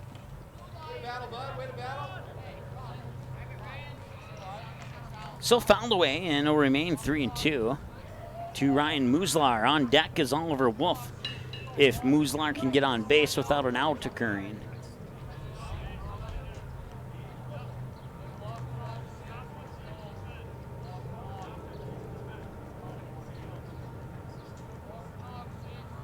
That pitch comes outside. Ball 4, walk to Muslar, and runners on first and second. Now Oliver Wolf. 1 for 2, a single, a walk, and a fly out to the shortstop Cobbervig on his most recent trip to the plate. Oliver Wolf. The single went into deep right. Well, more like medium right. Hour and 21 minutes into the ball game. 2 runners on, 2 outs. The pitch comes up high for ball 1 to Oliver Wolf. Brady Lewandowski is on deck.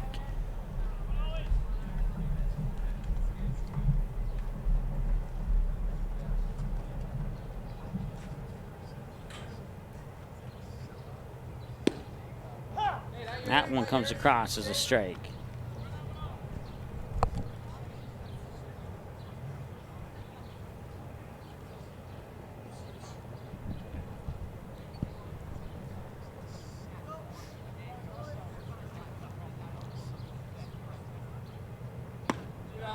And that pitch will miss outside for a ball, 2-1.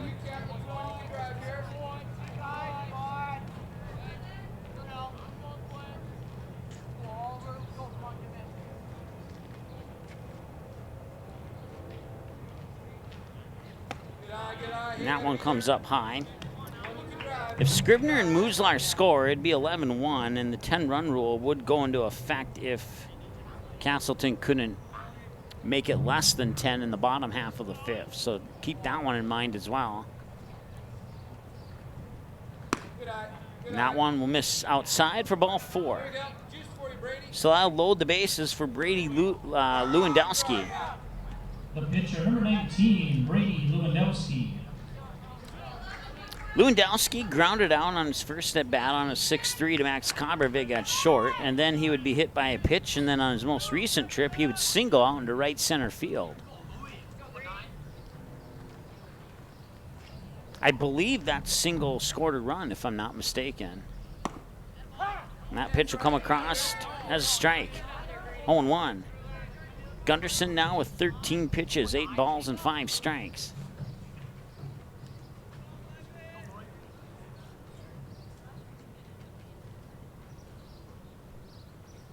And that one will hit him, and that will walk in a run.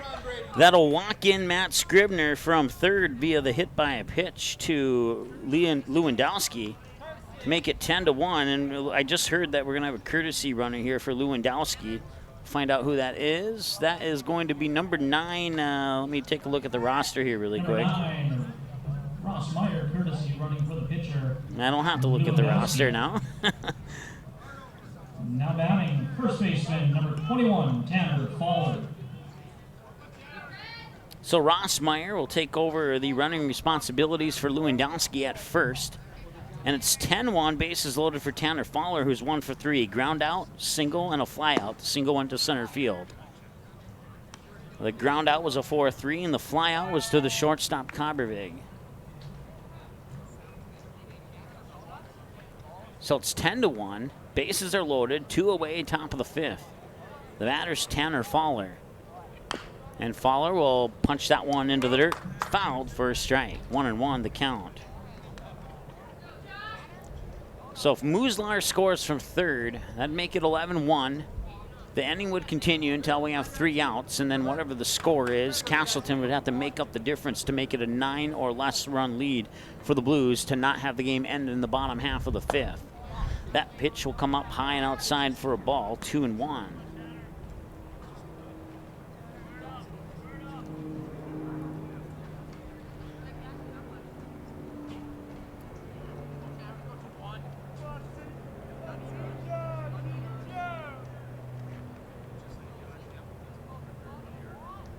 And the 2-1 delivery.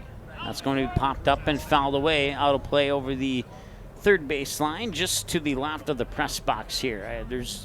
It's to describe it a little bit better. If I were to pan the camera to the left, I couldn't pan it far enough to show you where that ball went. Any more inside to the left, it would have hit the netting. That'll be a grounder that will go into the glove. No, through the legs of Cobbervig. That will score from third, Ryan Muslar. And now it's 11-1, and the 10-run rule was officially in effect. Third baseman, number 16, Zach Ziegler.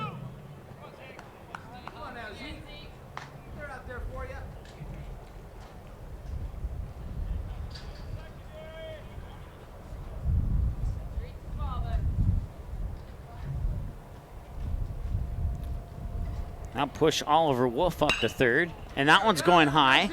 Shallow left center, diving for it and not making the grab. Oliver Wolf will come in to score to make it 12-1. And the throw to third, now the throw up to second, and safe. Safe at third, safe at second.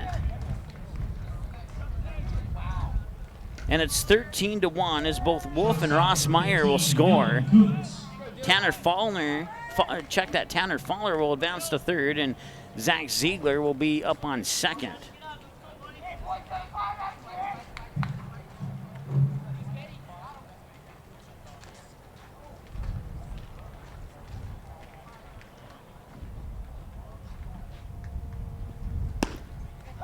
So Ziegler on second, Fowler on third, Dylan Kuntz is the batter. Reached on a bunt fielder's choice his first time at the plate. Then he struck out swinging. Then he grounded out on what turned out to be a 4-1. He would ground out to Andrew Volk, or check that, 1, 2, 3, 4. Yeah, 4 at second base. Andrew Volk would pick it up. Crescent wasn't at the bag on that play, and then the then pitcher Brady Sinner would run over to first and go into the books as a 4-1 throw out. He'll reach for that one, and he'll get by Crescent at first into right field, and that scores another run for the Blues. It's Tanner Fowler from second and Zach Ziegler from third. Let's try that again. Tanner Fowler from third and Zach Ziegler from second. And it's 15-1 now in favor of the Grand Forks Blues here in the top of the fifth with 2 away. The Blues have scored 7 runs so far here in the top of the fifth, and we have another visit to the mound here, and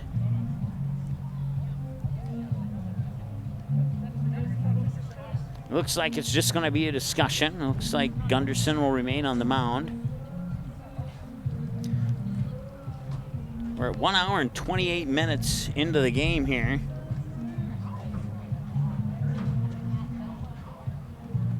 So it's a 2-run RBI single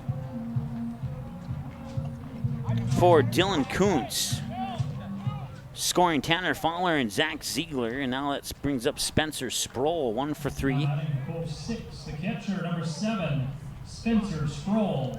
He grounded out on a 6-3 to Convervig at short his first at bat, and then a fly out to left field Alex Roden his second at bat, and then he singled on an infield single his most recent trip to the plate. So he hit the 1 hour and 29 minute mark. Brady Robinson will take a moment to retie his left shoe. Not sure why that was so hard to say, but I think my mind was thinking shoe, sneaker, and then I was thinking cleat, and then I was like, okay, there's too many shoes floating around in my mind. I'm just going to say shoe.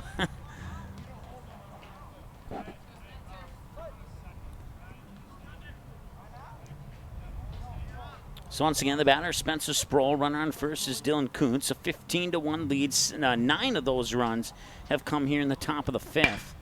And that's going to be a base hit out into center. Throw to second was not in time. And there'll be a single for Spencer Sproul. And we'll have a courtesy runner on first for Spencer Sproul. That is going to be, it looks like, is possibly Mason Lima or Lima. I'm not sure. Number 10, courtesy runner Mason Lima, courtesy running on first base. We're going to go with Lima. Batting left fielder number 14, Sam Strandell. That way, if I'm wrong, that means there's at least 2 people wrong.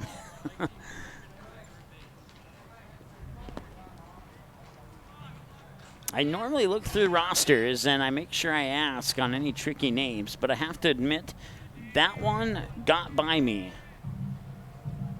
So Dylan Kuntz on second, Mason Lima on first. Swing and a miss by Sam Strandell. He's 2 for 3 with a single, a ground out, and a double. Single to shallow right, the ground out to third on a 5-3, and then the double to deep right. His most recent trip to the plate. 1-1 the count now to Strandell. We're at 1 hour and 31 minutes into the ball game.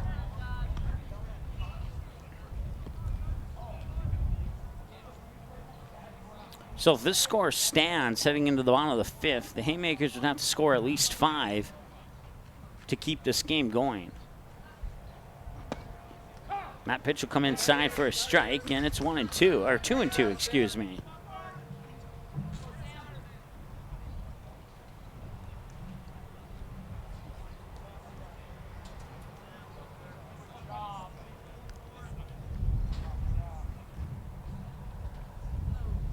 And the 2-2 delivery from Gunderson is down low for yet another full count.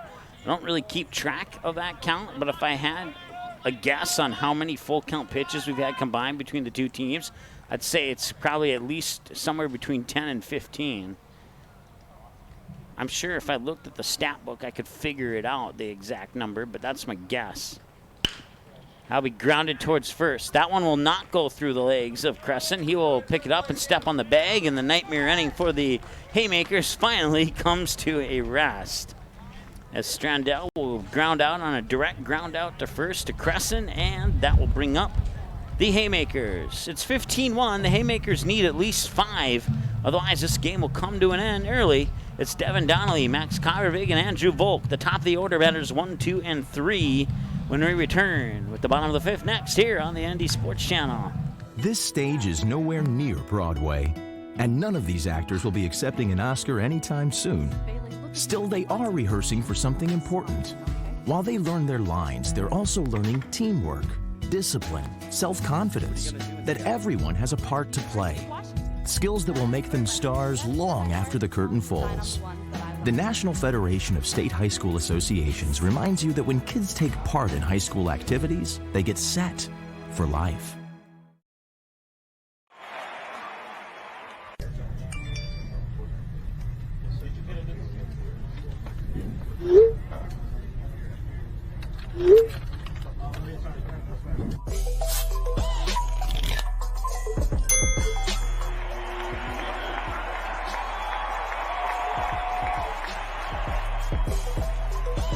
Download Game Time today.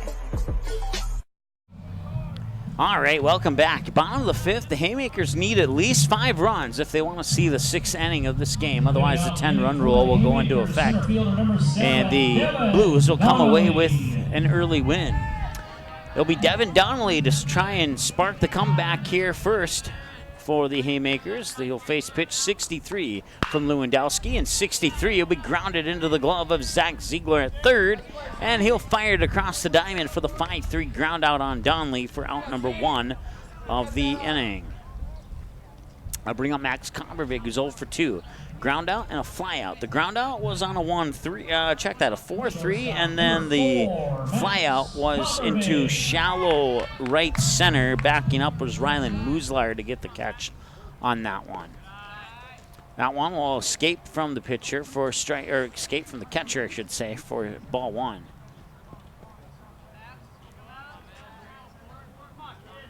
And the 1-0 delivery from Lewandowski is outside for ball 2. Low and outside, maybe even, I'm not sure if the ball skimmed the dirt or if that was Sproul's glove. One of the two.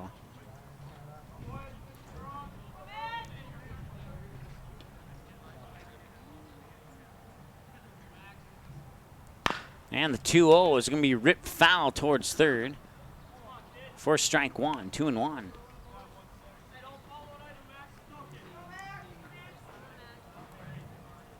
Went a little early on that one to push it foul down the third baseline.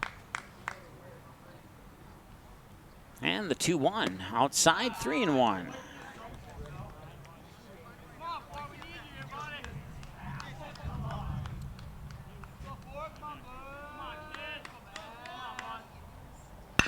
There's a nice pitch down the middle from Lewandowski, and that'll be hit, picked up by Kuntz, and he will struggle. Did he get it over in time? He did not.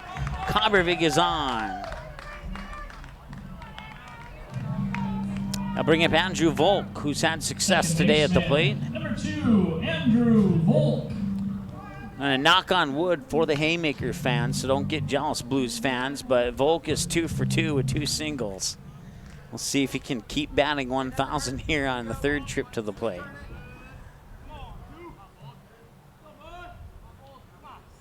Outside for a ball, 1-0. The two singles, one was an infield single. That was the first one, and the second one went into shallow right center. And now he faces a 1-0 count from Lewandowski. And the 1-0 pitch, Volk had to duck down, otherwise he got nailed in the helmet with that one. Now result in ball 2.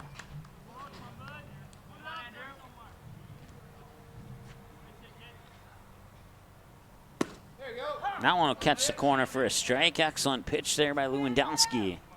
2-1 to count.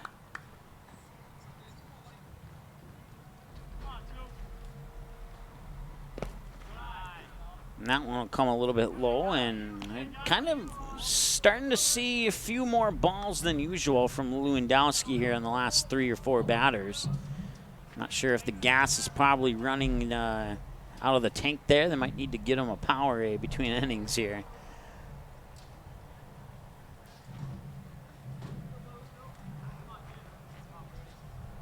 Free plug for Powerade. They're not a sponsor or anything like that. 3-2 now. So that pitch will come in for a strike. A ball, strike in that order on 5 pitches so far. And we have another full count in this game.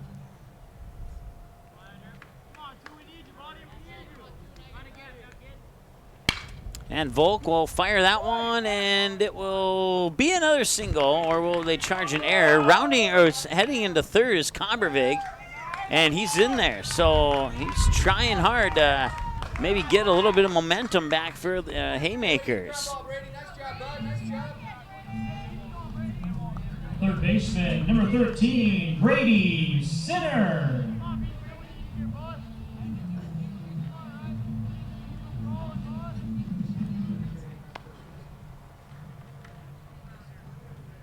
So runners on the corners now. Kobervig on third, Volk on second. Volk 3 for 3 with 3 singles. That last pitch missed for a ball. Sinner's 0 for 1. A walk his first time and grounded out on a 5-3 at third his most recent trip to the plate. That pitch will come inside for a strike, and it's 1-1.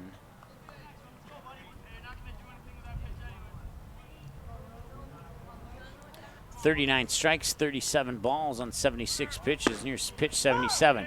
Now the throw up to second, head first slide, and 2 runners are in scoring position here for the Haymakers. Once again, they need at least 5 runs to keep this thing going into the 6th inning. And right now they have 2 of those 5 in scoring position with only 1 away. Kobervig on third, Volk on second, Sinner the batter, Brady Robinson is on deck. And that one's lifted up high into center field, and getting underneath it is Matt Scribner, and he'll make the catch. Kobervig, for a moment there, thought about tagging, and then he hesitated and stayed on third. So that's 2 away now. Sinner will pop out. It wasn't quite deep enough to get the runner in. The catcher, number 10, and now we'll see what Brady Robinson can do. It's all up to Brady Robinson. No pressure, kid.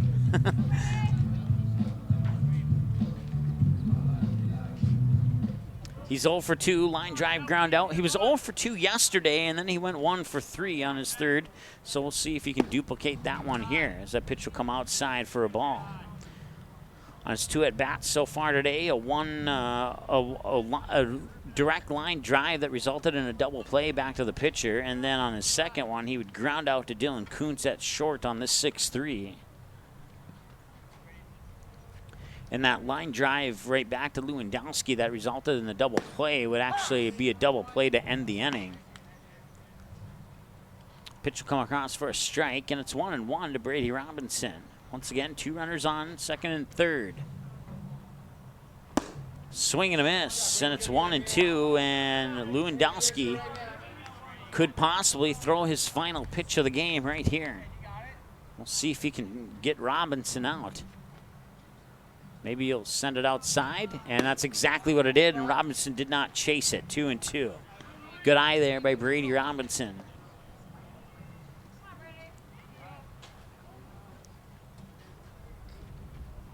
Aiden Olsen-Tingelstad is on deck. If Robinson can get on base, and that one nearly nicked him in the back. And another full count, 3-2. So a walk will load the bases for Olsen-Tingelstad.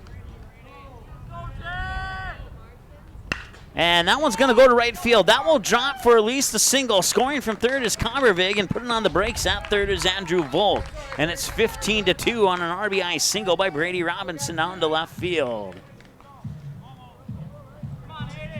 Right fielder, number 8, Aiden Olsen Tinglestead.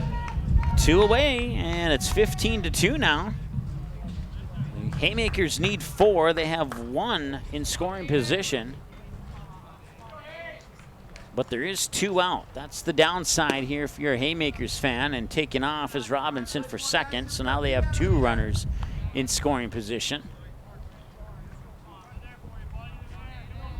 Olsen Tinglestad 0 for 0 with a walk and hit by a pitch. And that one's fouled away into the netting, 1-1.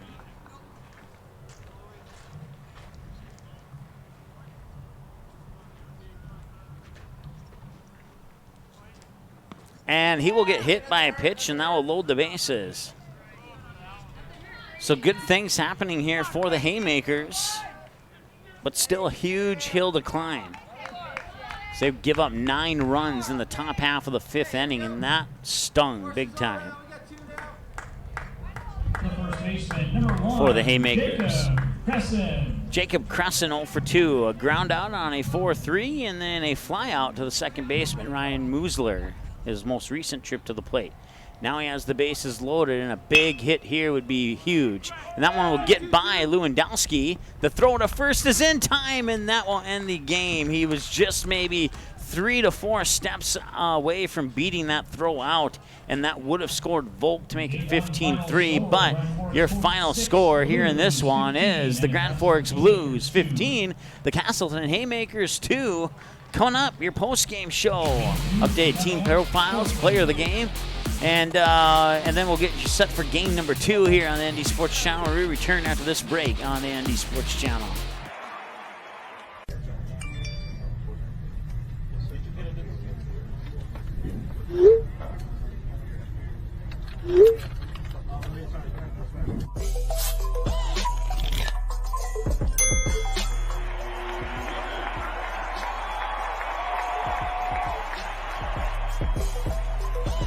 Download Game Time today. Magnitude Sports Media Network is your home for all types of sports programming, primarily covering 3 states. North Dakota matchups are on the ND Sports Channel. Minnesota matchups are on the Minnesota Sports Station. South Dakota matchups are on SD Sports Vision, and all other matchups are on Magnitude Sports Vision. Plus, all radio broadcasts can be heard on Magnitude Sports Radio. It's a whole lot of sports, and it's all right here on the Magnitude Sports Media Network. Good sportsmanship. It will carry you further in life than sports. Growing up in North Dakota, I learned to respect my opponents, the coaches, and the officials. The values of fairness and teamwork carried me to the highest level of my sport and allowed me to live my dream of playing football in the NFL. It doesn't matter if you're on the stage, the playing field, or in the stands. We are all better when we show respect for others and practice good sportsmanship. Carry yourself with dignity. Being gracious makes the losses easier and the victories that much sweeter. So when the lights on the playing field, the stage, or the gym floor dim, you'll always have pride in yourself. This stage is nowhere near Broadway, and none of these actors will be accepting an Oscar anytime soon. Still, they are rehearsing for something important. While they learn their lines, they're also learning teamwork, discipline, self-confidence, that everyone has a part to play. Skills that will make them stars long after the curtain falls. The National Federation of State High School Associations reminds you that when kids take part in high school activities, they get set for life. The North Dakota Softball All-Stars podcast with Tim Howe keeps you up to date year-round on the sport of softball in the state of North Dakota. Coach and player interviews, who's going to which college to play softball, and that just barely scratches the surface of this excellent softball podcast. It's every week during the softball season and every month during the off-season. Catch every episode on the ND Sports Channel here on the Magnitude Sports Media Network. National studies show that students who participate in activities like music, sports, and drama not only have better grades and attendance, but they develop the character to handle adversity, the grace to accept defeat, and the self-confidence to start over.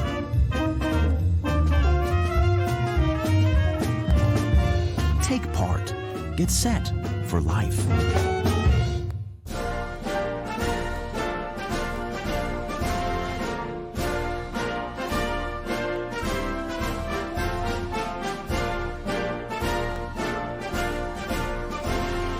Just a reminder, kids who participate in high school activities tend to go a little farther than those who don't.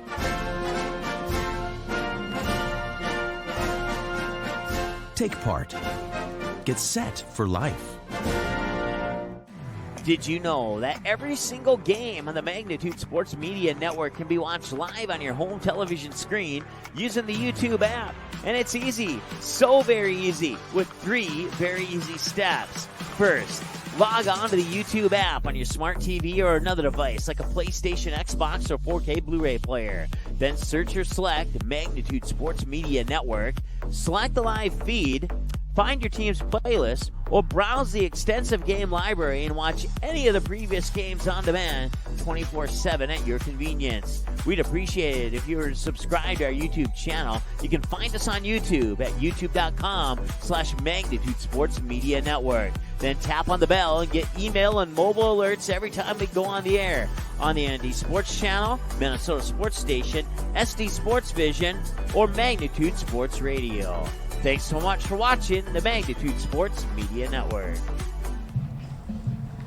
All right, welcome back. Your final score, once again, the Grand Forks Blues defeat the Casselton Haymakers by the final score of 15-2. We'll select the player of the game, and then we'll wrap up this one and get you ready for the 5-inning game number 2, which is coming up in about 15-20 minutes from right about now. Let's go ahead and take a look at what these two teams with the updated stats. The Blues, including this game, have scored 139 runs. They've allowed 74, and they improved to 6-7. And the road record should say 3-6. That was apparently not updated yet, and we apologize for that. Here, let's see if we can't maybe get that updated right now as we speak.